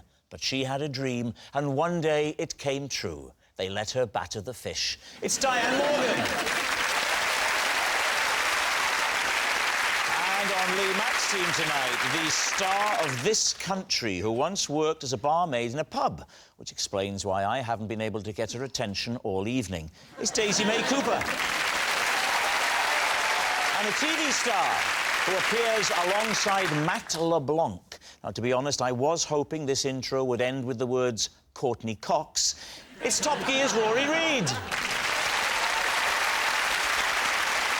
We begin with round 1, Home Truths, where our panellists read out a statement from the card in front of them. To make things harder, they've never seen the card before, so they've no idea what they'll be faced with. It's up to the opposing team to sort the fact from the fiction. Richard, you're first up. Instead of rock, paper, scissors, I prefer to play my own version of the game, which is worm, pigeon, shotgun. Lee's team. Right. What beats what? Like, what is superior to what? It's pretty obvious, isn't it? What beats shotgun? Pigeon eat worm. How does a worm beat a shotgun? By crawling into the barrel. I mean, how do you think? What's their hand actions? Well, shotgun. Yeah. Easy. Worm. And... OK, let's have a little game, me v you. Just before we start this very competitive bout, tell us what tops what. It's quite simple. Pigeon eats worm. The shotgun eats the pigeon. No, it doesn't eat the pigeon, does it? The pigeon shoots the worm with the shotgun. This is so much you're deliberately trying to make this complicated.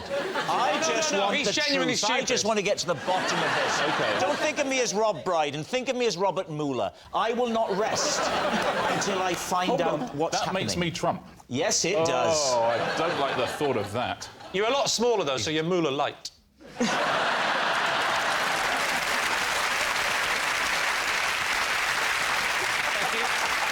So, you know the rules.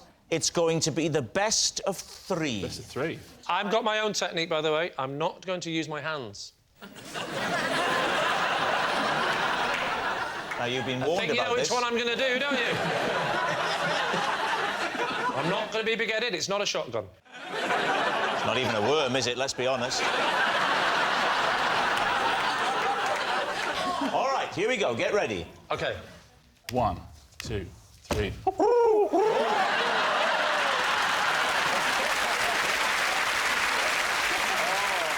I'll tell you what, we all thought it was ridiculous. We're all into it now, aren't we? Are you ready? Yeah. 1, 2, 3. Worm. Sorry. Shotgun him. Shotgun him. OK, let's play. Richard needs just one win. He'll have victory. Yeah, If Rob, Lee... I think they're following it. It's a shame we won't now have time to play Would I Lie to You?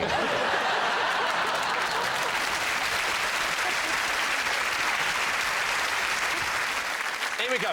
Come on. OK, 1, 2, 3. Shotgun!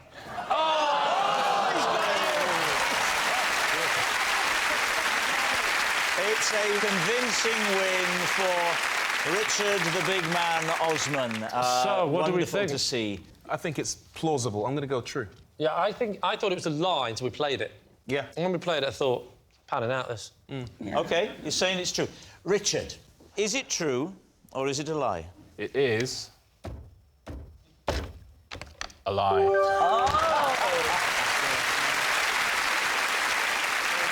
Rory, you're next. OK.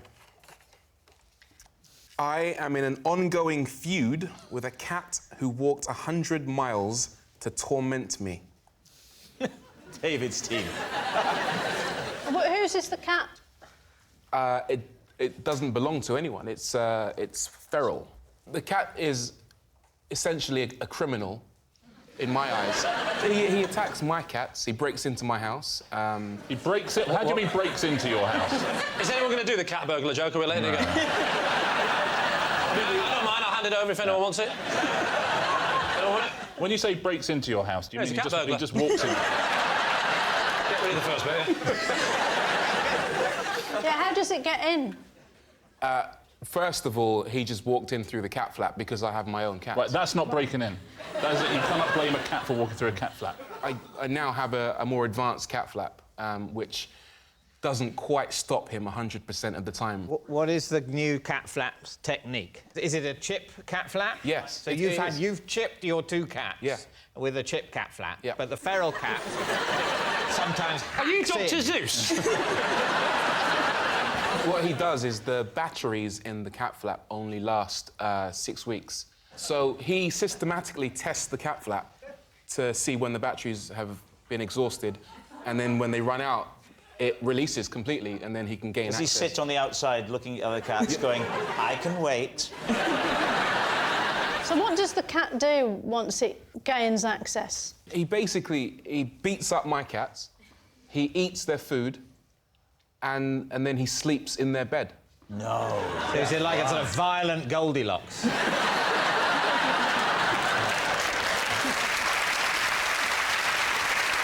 what about this 100... You said 100 miles? Yes, I did. Talk a little bit more about that. I called the RSPCA to get rid of this cat they refused to come out. But they did supply me with a trap. I trapped it, caught it, took it to the local vet. They then said, we'll release it. Oh, right. I said, you can't release it near my house because it will just come right back. Right. And that's when they said, yep, we'll get the RSPCA to take it to a cat sanctuary 100 miles away. No. Up in the sky. No. I don't think the RSPCA would allow that. What, would allow it to be taken away to a cat Taking sanctuary? away from its family. But that's Friends. what it's not family. its What do you family. mean? How do you know it's not got a family? So you don't. I do. If it does have a family, it doesn't like them very much because it lives with me. They could be worried sick. The vet says the RSPCA will take this 100 miles away to a sanctuary. Yeah, give or take. What happens then? Well, I have probably 6 weeks of bliss of no feral cat interfering with my cats. So then what happened? I was quite sad that Mark Dennis was no longer around. Who? Mark Dennis. Who is Mark Dennis? Mark Dennis is the cat. And why Mark So Dennis? bad you named him twice. Because the cat was a black cat. He was a dark menace, but I didn't want to, you know, paint him with that brush, so I decided to soften it a little bit and call him Mark Dennis. And then what happened? He found his way back. From 100 miles away. Do you know for a fact they took him 100 miles away? They might, because that sounded unlikely. No, I believe them, though, because I kept in touch with them. I was worried about the cat, because when I had taken it in, the last few times when it had burgled my house, it had had a slight infection in its lungs, and it would snore loudly at night, like a fully grown man would snore. So you would hear it snoring in the garden? In my kitchen. Oh, you break into the kitchen, beat up your cats, eat all the food, and then have a really loud sleep.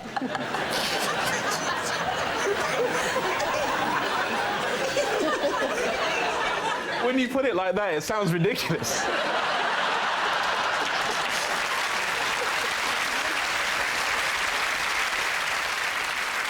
So describe, if you can, the moment when Mark Dennis returned, because it must have been quite dramatic. And noisy. Sorry, you're taking me back. Yeah. Again, it was the snoring. I thought, it can't be Mark Dennis, because he's 100 miles away.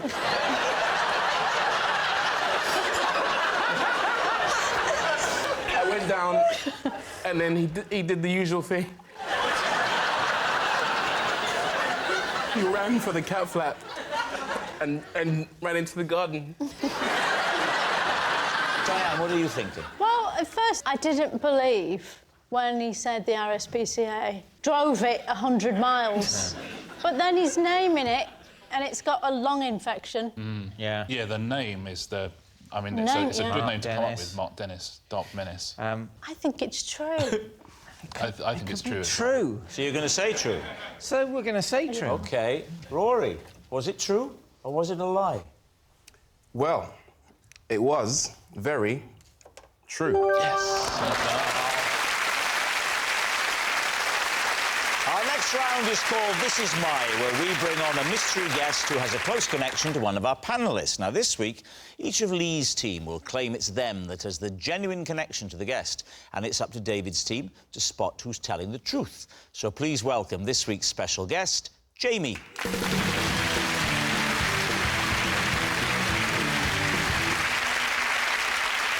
So, Rory, who is Jamie to you?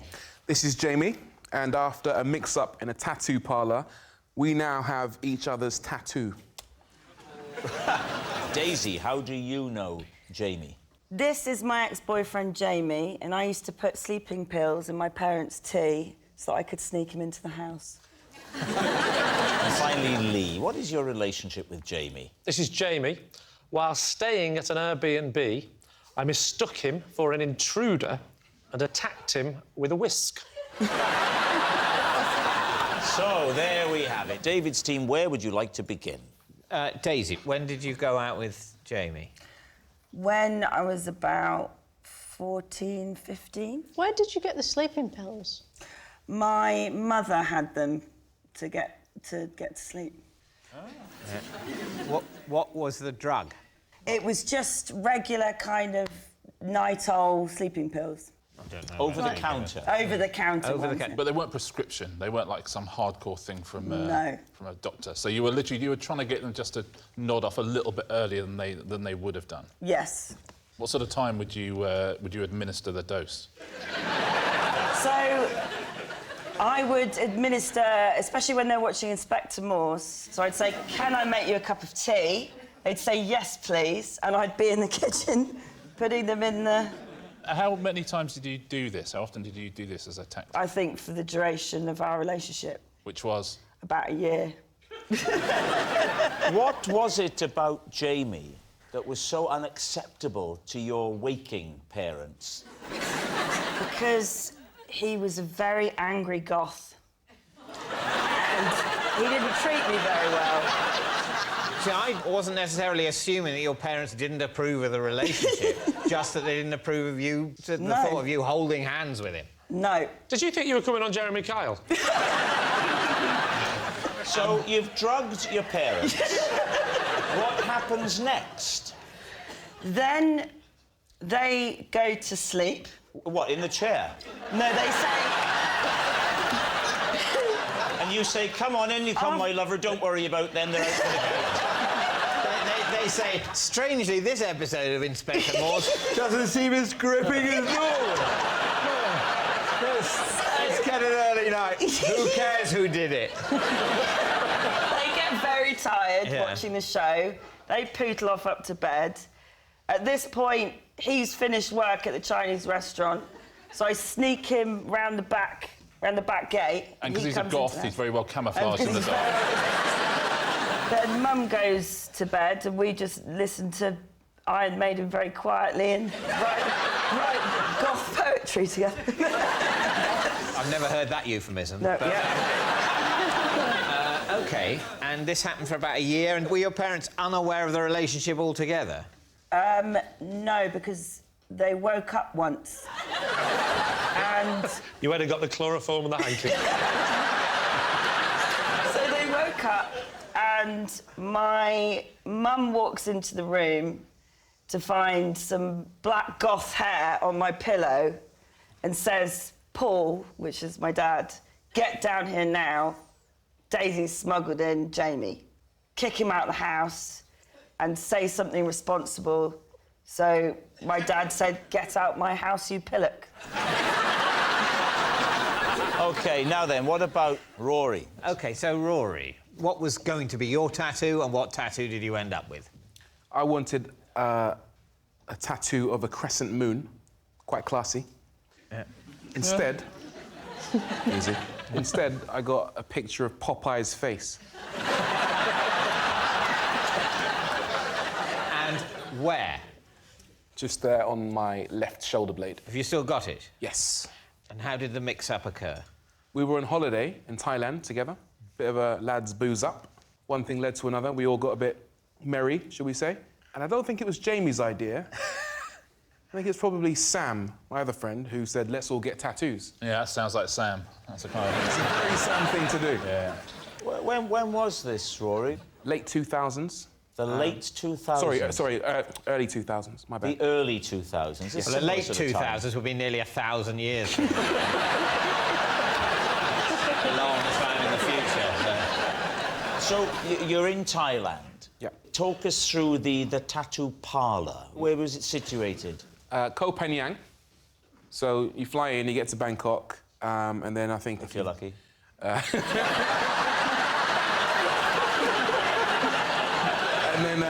And then you travel to Koh Phangan, and there's this little parlour, and they're used to tourists coming in all the time, and they have multiple beds, if I remember correctly. How classy. And not that kind of establishment. And then you choose out of a book what you want. Yeah. And then you kind of go... I know what a book is. I'll have the number 4, Jamie wanted the number 5, or whatever With it rice, was. or...? Not that kind of establishment.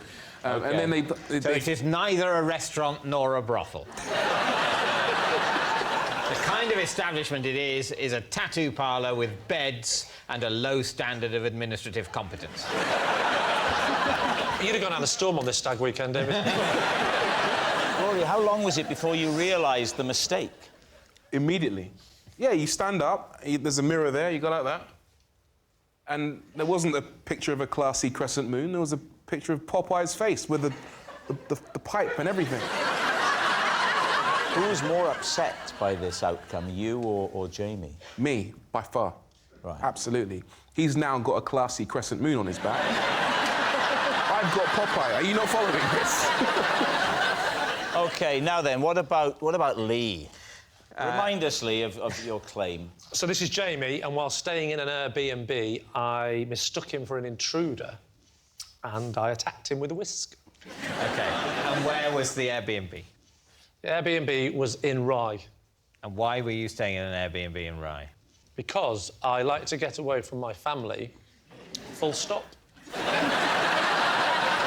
I like to go away and write and just get some peace and quiet, so I go away for 2 or 3 days, occasionally, very occasionally. Why did you Get married in the first place? I don't know. I've asked myself every day the same question. Why did you choose a whisk over a knife? Well, as you may know, that a lot of people that are attacked in their home are often attacked with their own weapons, because what they do is they take a weapon, like a hammer, and they go, get out my house, and then the burglar panics, and then he grabs the hammer, and a fight ensues, and then the person ends up getting injured. So when I opened the drawer, I had to make a selection. And I couldn't go knife for the reasons I've just explained. I looked at big rolling pin. I could get attacked with that. But you can't go the other way either. You can't pick up the Mr. Men jelly mould. And I had to find out what was the perfect middle ground between... It looks aggressive and offensive, but I think it'll be all right if he tries to hit me with it. What's the most he's going to do? Mess my hair up? And you wouldn't want a knife, you wouldn't want to kill him. You'd have a whisk, you could just beat him.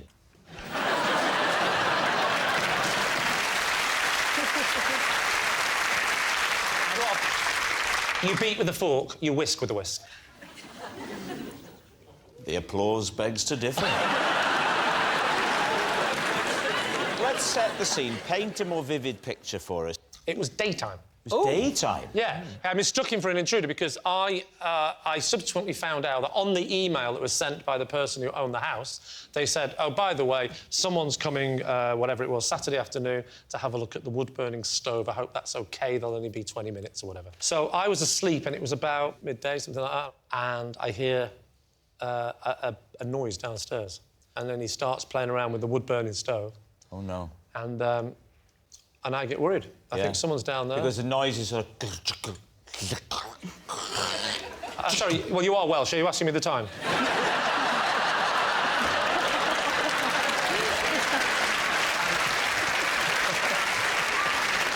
And so I go downstairs, and I see this figure.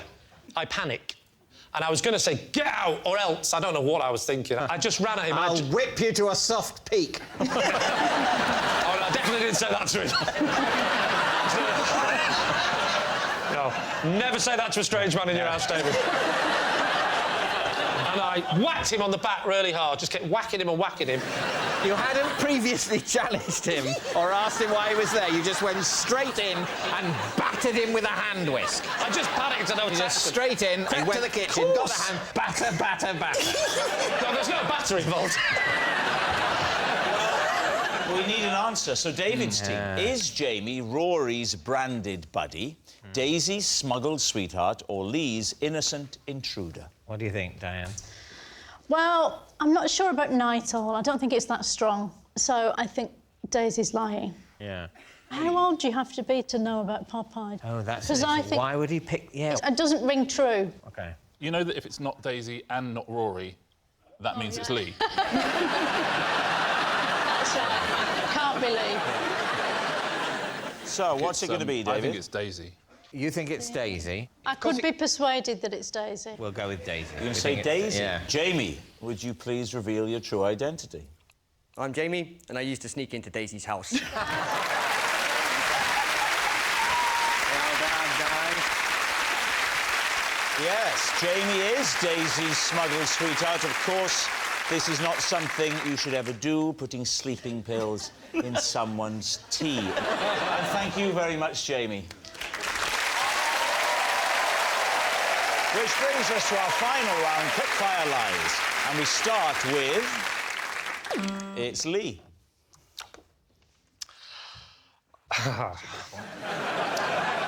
I was genuinely invited to Harry and Meghan's wedding today, but I said no because I had to come here and do this. David's team. Why were you invited? Well, that, David, is as much of a shock to me as it is to you. I'm on Do the you telly. know, for example, Prince Harry or Meghan Markle? Well, I've met Prince Harry and he was very nice and he did say that he was a fan of this show. So he's definitely seen me because I'm on this show. If this is true, it's a bit of a blow to me and Rob. Because... Well, this is... I wasn't invited. Maybe Rob was as well. I really can't say. I think we know if Rob was invited, he would be able to say.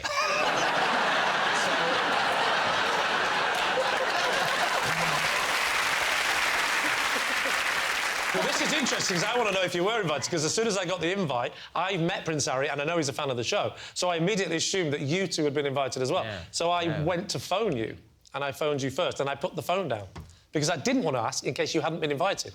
I thought it wouldn't be a good idea. Yes, it would be a horrible thing to let slip, wouldn't it? Yes. If you'd been invited, it would be a horrible thing to do to someone under any circumstances, even if it wasn't in public. So you think he's going, OK, George Clooney... Yeah. David Beckham... Oprah Winfrey, Lee.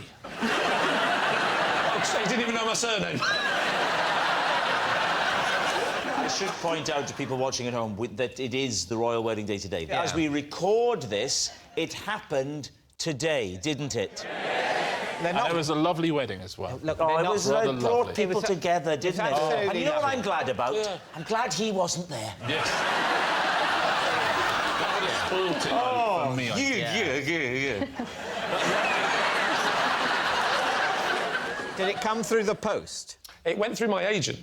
So it was more like a booking. Were they expecting you to do some of your silly humour or something? Did you have a +1 as well? Yes, I did. And so your wife was happy for you to come and do this instead of going to the royal wedding? Well, actually, my wife couldn't go anyway. So that was the other problem as well. And then I thought, well, who would I take? And I did actually think of one of you two. I thought that's going to be more awkward. So I immediately... But then I thought maybe it's not awkward if David's been invited, as I suspected, and Rob hasn't. I'll take Rob. And then we're all going. There was a lot of social etiquette. I was a mess. That is the other question. Why didn't... Because the wedding finished... Well, this is the irritating thing. 1. Yes, and then there was a lunch. I got the invite that said the wedding is going to be at 12 o'clock.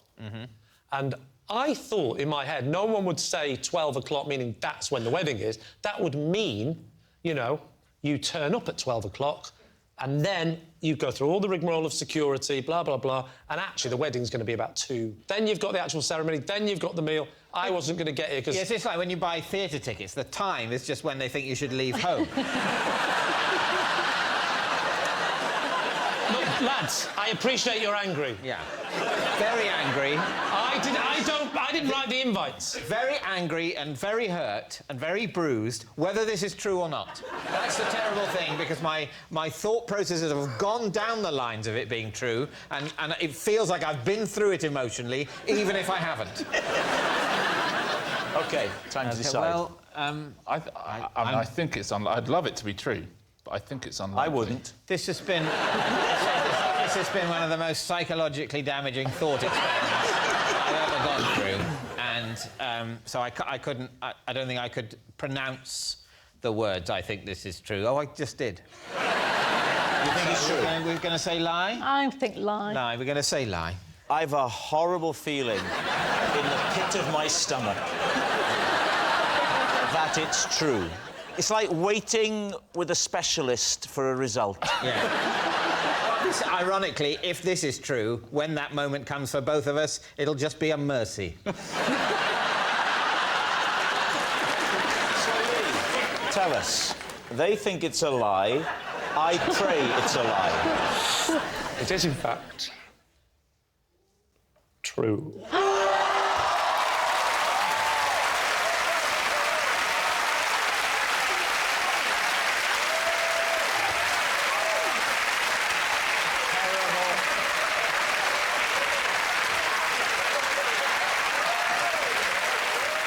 Well, I hope that's the last question of the evening.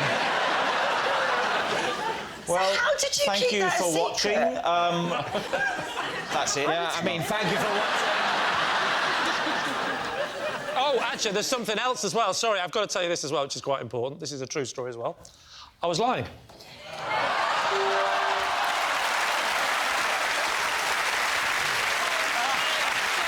at his smile on his little face. Look at his little happy face.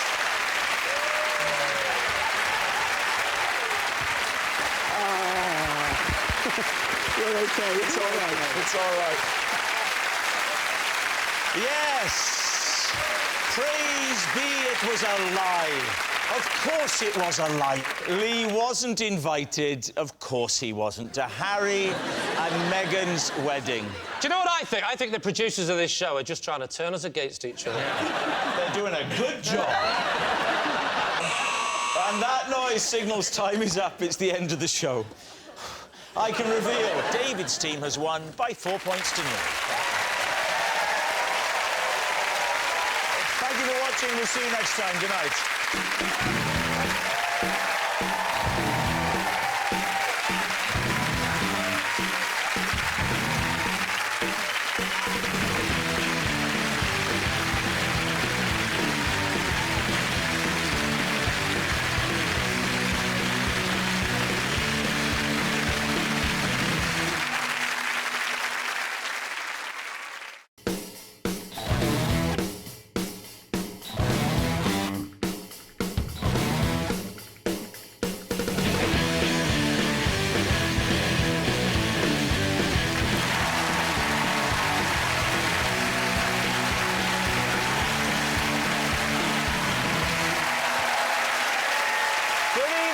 Welcome to Would I Lie to You, the show in which it pays to be economical with the truth. On Lee Mack's team tonight, an athletic superstar who in 2000 was given the freedom of Wolverhampton.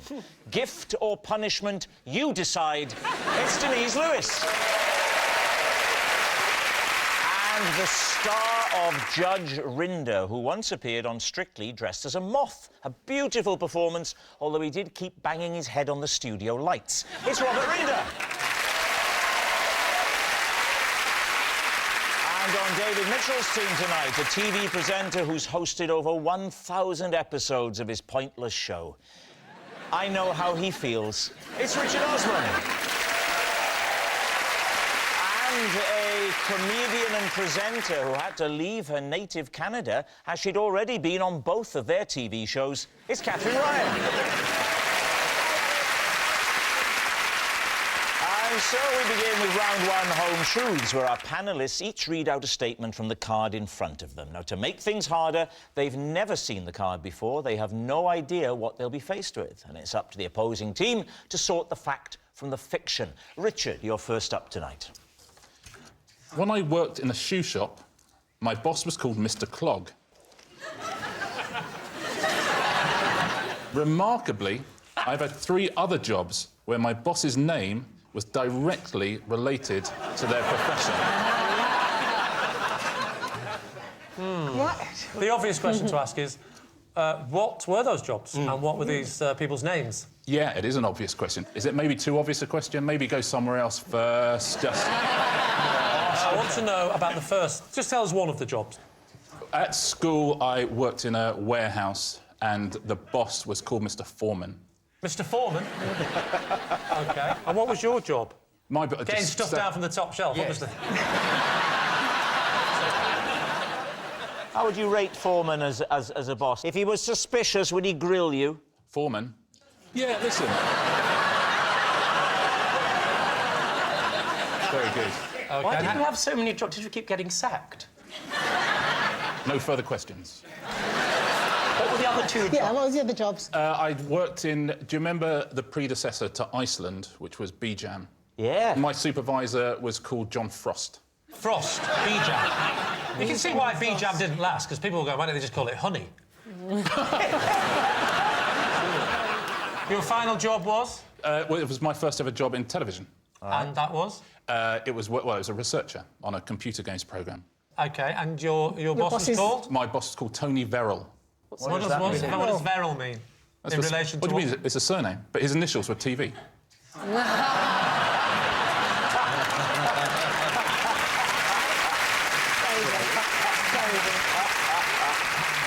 Of all these bosses that you remember, Richard, who would you say was your favourite boss? What was it about that boss that made them Well, so John Frost adorable? wasn't really my boss, so I liked him. We had a bit more of a relationship. Mr. Foreman, I found that was quite stressful. It was one of my first ever jobs. And Tony Verrill still works in the industry, so I will not be passing comment. Tony Verrill still works in the industry. I've never come across him. Yeah, I've not come across What Tony have you come Verrill. across him, David? Yeah, I think I've worked with Tony. Very sure. Not 100%, but yeah. Do you know who Tony Verrill is? No. Tony Verrill? No, never heard of him. It's weird that none of us three have heard of Tony Verrill, and yet all you three have heard of Tony Verrill. Katherine hasn't. Katherine has or hasn't? I haven't, but it rings a bell. Oh, so you... What do you think, truth or lie? Truth or a Well, lie? the thing is, I think you're almost certainly sort of geeky enough to keep a record of that sort of thing, and it's the type of thing that would amuse you. And you'd remember at the time. On the other hand, it's also the type of thing that you could quickly construct to be clever. It's a challenging one. What do you think? Lie? Yes, I think so. We'll have to say lie. You say lie. OK. Because of Tony Verrill. Richard, truth or lie? It is a lie. Yes, it's a lie. Richard's never worked in a shoe shop with Mr. Clog. Denise, you're next. Mine says possession. Ah, OK. Under your desk is a box. If you take the object out of the box first and then read the card, please. This is my lucky mascot. When competing, I always made sure he travelled in an unzipped bag so he could poke his head out and breathe. David's team. What's his name? His name's Egbert. Egbert. Egbert. And when did you acquire Egbert? About the age of 14.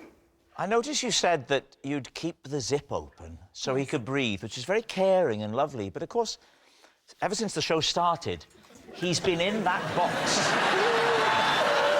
with the lid. The lid.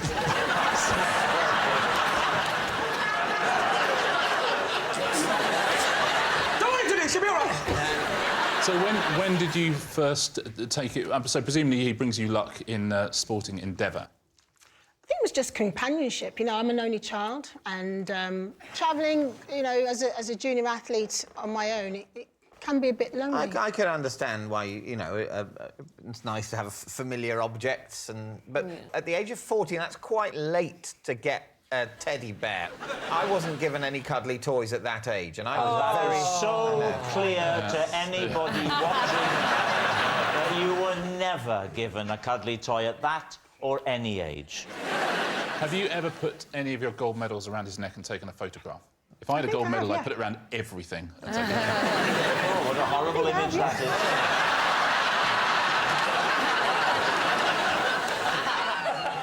All right, time to decide. No. Truth or lie? I would suspect it's true. You think true? What do you think? I don't think it's true because when Mr. Lee Mack was sort of resuscitating the bear, Denise wasn't too bothered about that. Well, let's say lie. You're going to say lie. We'll say It's lie. a lie. Denise Lewis, truth or lie? It's true! Yes, it's true.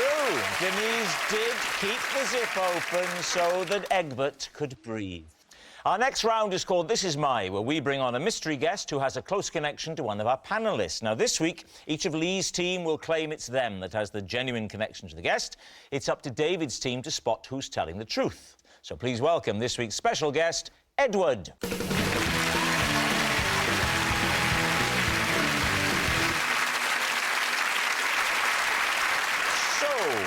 Robert, what is Edward to you?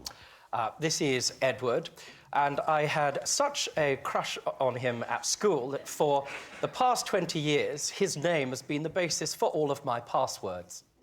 So, Denise, what is Ed to you? This is Edward, and he helped me pick up my car and move it after I got blocked in by Daley Thompson. And finally, Lee, what is your relationship with Edward? This is Edward. I once dressed up as his wife so that his son would think that he'd seen his mum in the audience at the school play. There we have it. Is Edward Robert's childhood crush, Denise's car carrier, or Lee's hoax husband? David's team, where to begin? Robert. So were you school buddies together? Not especially because Edward was terribly good at sport, you see. I seem to remember Edward being terribly good at the pole vault.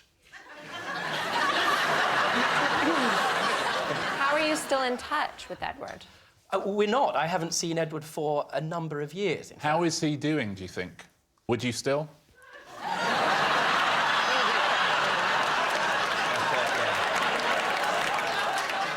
Can I just say that as my fake husband, I have. I'd say he's definitely moved into a new bracket. But a very happy one. Yeah. Yes, he's doing very well, I'd say. You know, very, very well indeed. Now, you said you haven't seen him for a number of years. No, a number of years. Specifically, when was the last time you saw him? The last time I would have seen him would probably be 1993 or 94. 1993 or 4? But there wasn't the need for passwords until around the year 2000. Well, yes, but they then came in, and I thought, what would be more marvellous than having Edward as the basis of my passwords? Is he still the basis of your passwords? No comment. What I will say is that I spent a long time when I was bored looking for him on Facebook and that sort of thing. And on one occasion, I found him and messaged him, and there was no reply. And I was very that's upset horrible. about that. And I always wondered what happened to him. And now I see. I'm struggling with this because this is a thing that is done. I had a crush on a boy in school, and his name is the basis for my passwords as well. And I've been trying to stalk him on Facebook, but he doesn't exist. He's not on Facebook, which makes him even sexier. But I'm saying this is... So you've got that exact story? Very plausible. Yeah, this is my story. His name's Luke Mate. Do you know him? Yes. You know Luke? No, you Mate? don't. Because he was he like... lives 2 doors down from me. Single, newly single. No. Yeah. He works for Médecins Sans Frontières. He's a human rights lawyer that works with them. But he takes 6 months of the year off because he runs a place for distressed puppies. He's a good guy. You know what? I literally just set him up with someone last week. That's so annoying. That's a great thing. Great guy. Hell of a guy. All right. Who would you like to... It's very plausible. Who would you like to quiz next? Denise, explain what happened with Edward in the car and Daley Thompson. Yes, so I was parked in the car park at a stadium. Which stadium? Birmingham, Alexander Stadium in Birmingham. And Which car park? So, like, you had just to... VIP. OK. It's probably the Denise Lewis car park. I mean, to be fair, if you own a car in Birmingham, you're automatically a VIP anyway.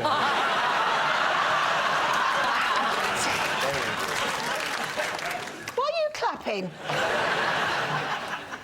So I'm in the car park, went off to work, had a big national championships, came back out, desperate to get back down to London, and my car was blocked in. That was Daley Thompson? That was Daley Thompson. Yeah. Well, hang on. How do we know that? Let's take it straight. What happens next? Well, Eddie, he's an official. Right. You know, he used to be an athlete. You can see he's well stacked. What was his sport? He was actually a thrower. Of what? Discus. So, Discus. are you actually... You're a BBC commentator and you called him a thrower. A thrower. So he's a thrower of the incredibly heavy frisbee. Yeah, he used to compete national level. OK. Didn't quite make it. Yeah. Didn't quite make it. It's not easy to get to the top. Yeah. It's not easy. That's such a show-off thing to do. I'm sorry. I'm just actually saying. really, really hard to be an amazingly good athlete. Some people can do it, some people can't do it. Eddie, I'm sorry. So there you are, Denise. You're blocked in. Eddie Edward is there because he's an official. He used to throw things. When does Daley come into it? Well, his has a private registration plate, and I didn't notice He's one that. of those people, Yes. Daley... What does it say? DT10. DT10, of course. DT10. Of course. Clever. So I need to get out of here quickly. Yes. Can you help? Yes. He said, let me go and get some of these other throwers. They said, listen, if we manoeuvre this car, swing the back out a little bit, you should be able to manoeuvre around Daly's car. So you never met... I'm sure you have met Daley Thompson, but he never turned up during the anecdote. Couldn't find him anywhere. But it's only when I came back to the car did I realise it was his car because of the number plate. But you were looking for him before that? The person I need to talk to now is Daley Thompson, because if there's someone who understands a parking crisis, it's him. Can I just check if you two met, because you need a really good defence lawyer? No, I do. Can you continue? Yes, please do. So Eddie came to my aid Yeah. and helped me manoeuvre the car, Yeah. and away I went. Away you went, and Daley Thompson turned up presumably later. I don't know, because I didn't see him. You didn't see him. Have you but seen him since? Yeah. Yes. And have you mentioned this story to him? Yes. And, OK, that checks out. What did he say? You can do. Yeah, that's What did he say? Yeah. Oh, shut up. He said, oh, shut up. Listen, I've known Daley a long time. One of the first things he said to me at the age of 14... Yeah. He called look me... after this bear.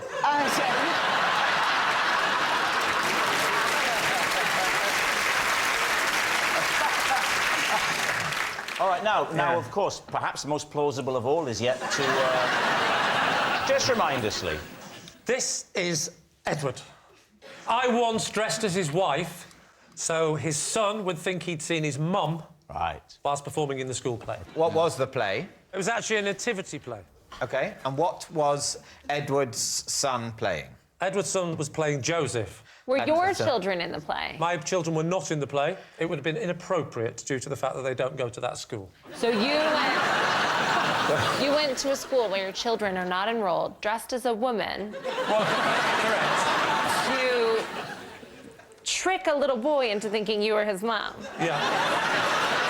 When you say it like that, it does sound a bit dodgy. Let's go back, Lee. Let's go back to the beginning. How did this come about? How did Edward approach you? So Edward was at the school, and apparently he got a phone call off his wife saying that she couldn't make it. Now his wife had already missed 3 or 4 big events. You know, all the big ones that are important, like the sports days and the various things. And this was sort of like, I promise you, I'm going to be there. I promise you, I'll do this one. So why wasn't she there? Well, something to do with work, something got What's her work? I didn't get a chance to get into too many details. Edward rang in a panic. Absolutely panicking he was. What's her job? What's the wife's job? Yes. I actually don't know his wife very well. But do you know him? Well, I know Edward, yeah. You're the first person he'd call, though, but you don't know his... That's right, because me and him do lots of things behind his wife's back, and he knows that... So he rang you up? Yeah. And what did he say? He was panicking. They went, Lee! I went, what? He said, she's not turned up again. I said, who? He said, my wife. I said, what does she do for a living? He said, not now. He said, I need your help and I need it quickly. Yeah. I said, you know me, I'll always be there for you. He says, I need you to meet me at my house. So I get to the house, I run in the house, and he only had time for one phrase. Put this on. He said, I need you to dress as my wife, because last time I went to see him in a play, she didn't turn up. And I said, but you saw me, right? And he said, the kid said, no, I didn't see you, because the spotlights are so bright. Everyone's just like a silhouette. So, he said, that's how I think you can get away with this. I want you to dress as my wife, and then when he looks out, he'll think that you're with me. Did he notice your beard? Well, this is the thing. I said that. Now, as luck would have it, I don't know what his wife does, but she has a beard. I know she works in a circus. I don't know exactly what she does.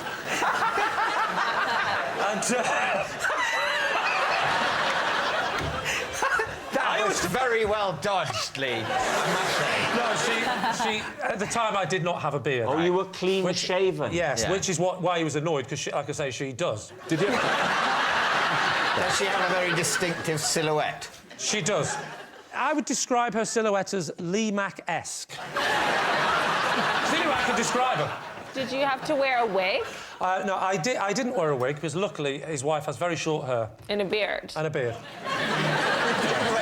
So you just went with your head shaven? I just went with her silhouette look. With a hat, scarf, But what did you wear? But you haven't told us. Nice one, Jesus! told us what you put on in your friend's bedroom. He had all the things we're about. What, he got a range for you to choose from? Pick out something nice that you fancy. He had it ready for me when I got there. He said, this is what we could get... This is the stuff that the kid would recognise. So we went with a long Macintosh.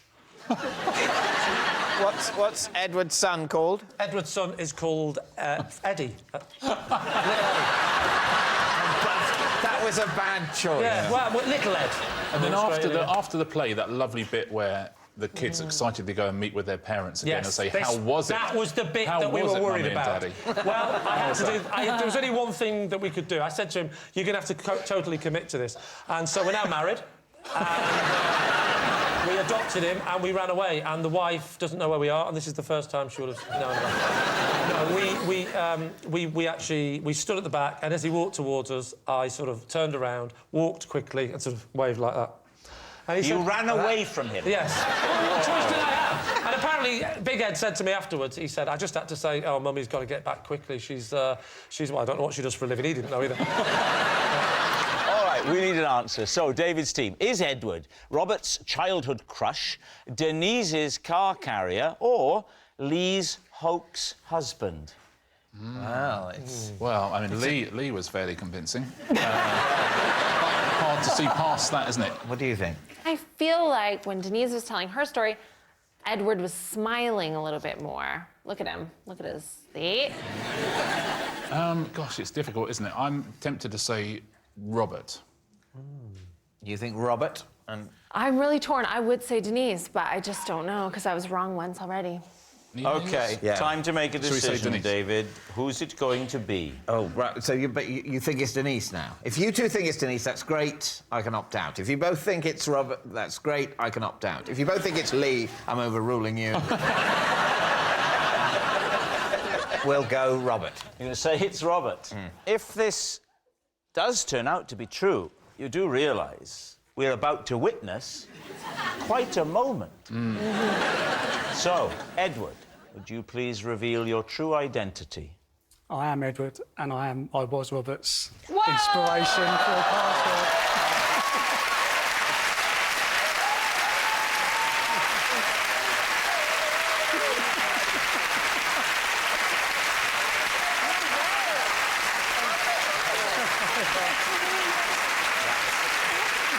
Would you like to say anything to Edward, Robert? I could dress up as you and fill in. What would you like to say to him? Here's your chance.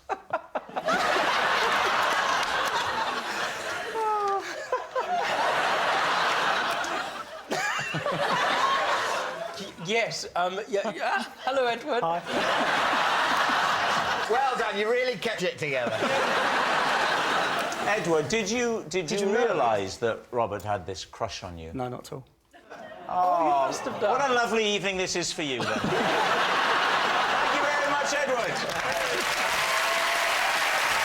Very nice to see you. Which brings us to our final round, quick-fire lies, and we start with... It's David. 10 years ago, on this show, I revealed I'd only ever bought one album, Phil Collins, But Seriously. I'm now pleased to report that I've since doubled my collection. Please, team. What's the album? What's the new album? It's... Well, I didn't... it doesn't say on there. I can't remember the name. You can't remember the name of the only other album you bought. I know the artiste. What's the artist? It was Susan Boyle's.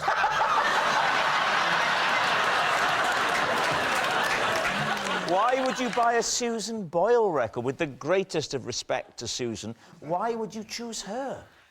Well, because it was, you know, it was much talked about. Yeah. At the time of its release, and I was looking for something to write about. You've not got that journalist job at the NME still, have you, David? No.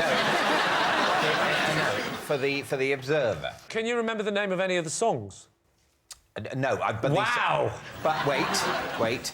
I could guess a lot of the songs because they weren't. I don't think she'd written the songs. We were talking about it earlier. that You said your favourite was "I Dreamed a Dream." Can you just give us a rendition of that? Can you hum that or sing that or something? Can I hum "I Dreamed a Dream"? I don't think you can because we'd have to pay then, so it'd be inappropriate. So Sorry, you mustn't. he's very experienced So in sorry. TV. That's Well, I'll annoying. tell you what, David. I will tell from you the best, Tony Verrill. Yeah. David, I will tell you the names of Yeah. some of Susan's album releases, or escapes more than releases. And you tell me if any of them ring a bell, OK? OK. The Gift. I don't know.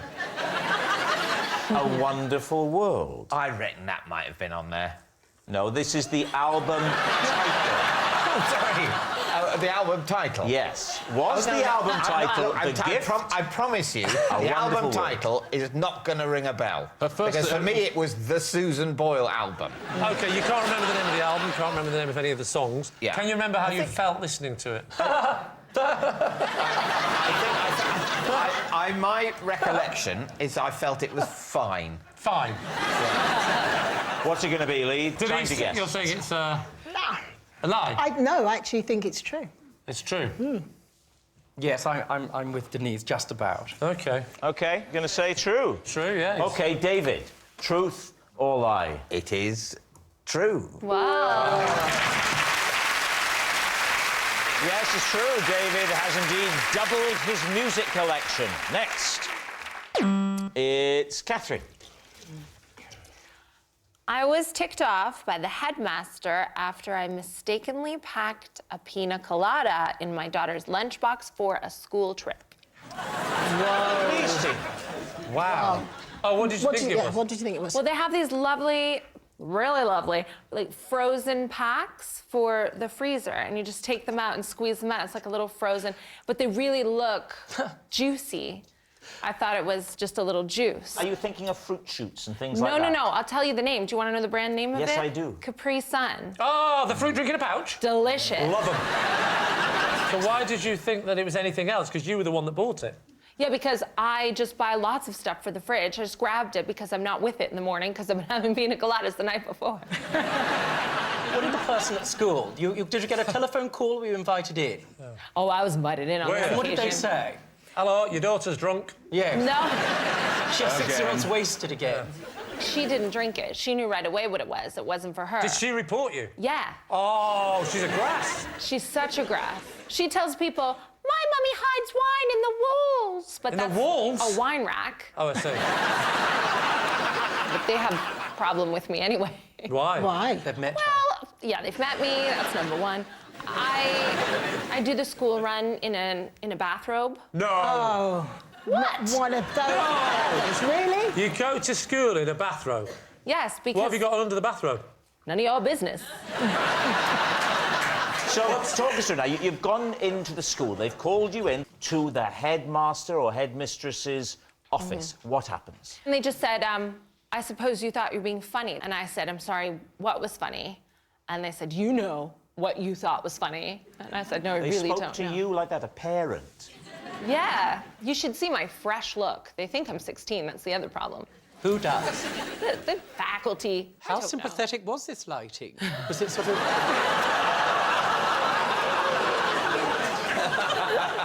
Don't you find that We've been doing this show 11 years. That's the most catty thing that's ever been said. So, Katherine, he says to you, what do you think you were doing? What happened then? He had the pina colada in his desk drawer and said it's not funny to send your daughter on a school trip with alcohol. Wow. What do you think, truth or lie? I could see her doing it. Yes. I really could see you doing it, Katherine. Thanks. But I think it's a lie.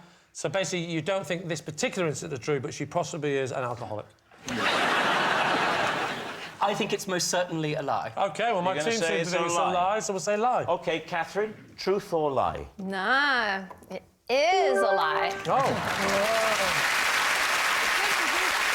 Yes, it's a lie. Katherine didn't put a pina colada in her daughter's lunchbox. Well, that noise signals time is up. It's the end of the show. And I can reveal that Lee's team have won by 4 points to 1. Thanks for watching. We'll see you next time. Good night. You can win amazing prizes through January with Radio 1's Jan Slam. Make sure you're listening to The Breakfast Show from 6 tomorrow morning to be in with a chance of winning 2 VIP tickets to this year's Creamfields. Next tonight, Graham chats with Dame Helen Mirren and there's music from Sigrid, so don't go anywhere.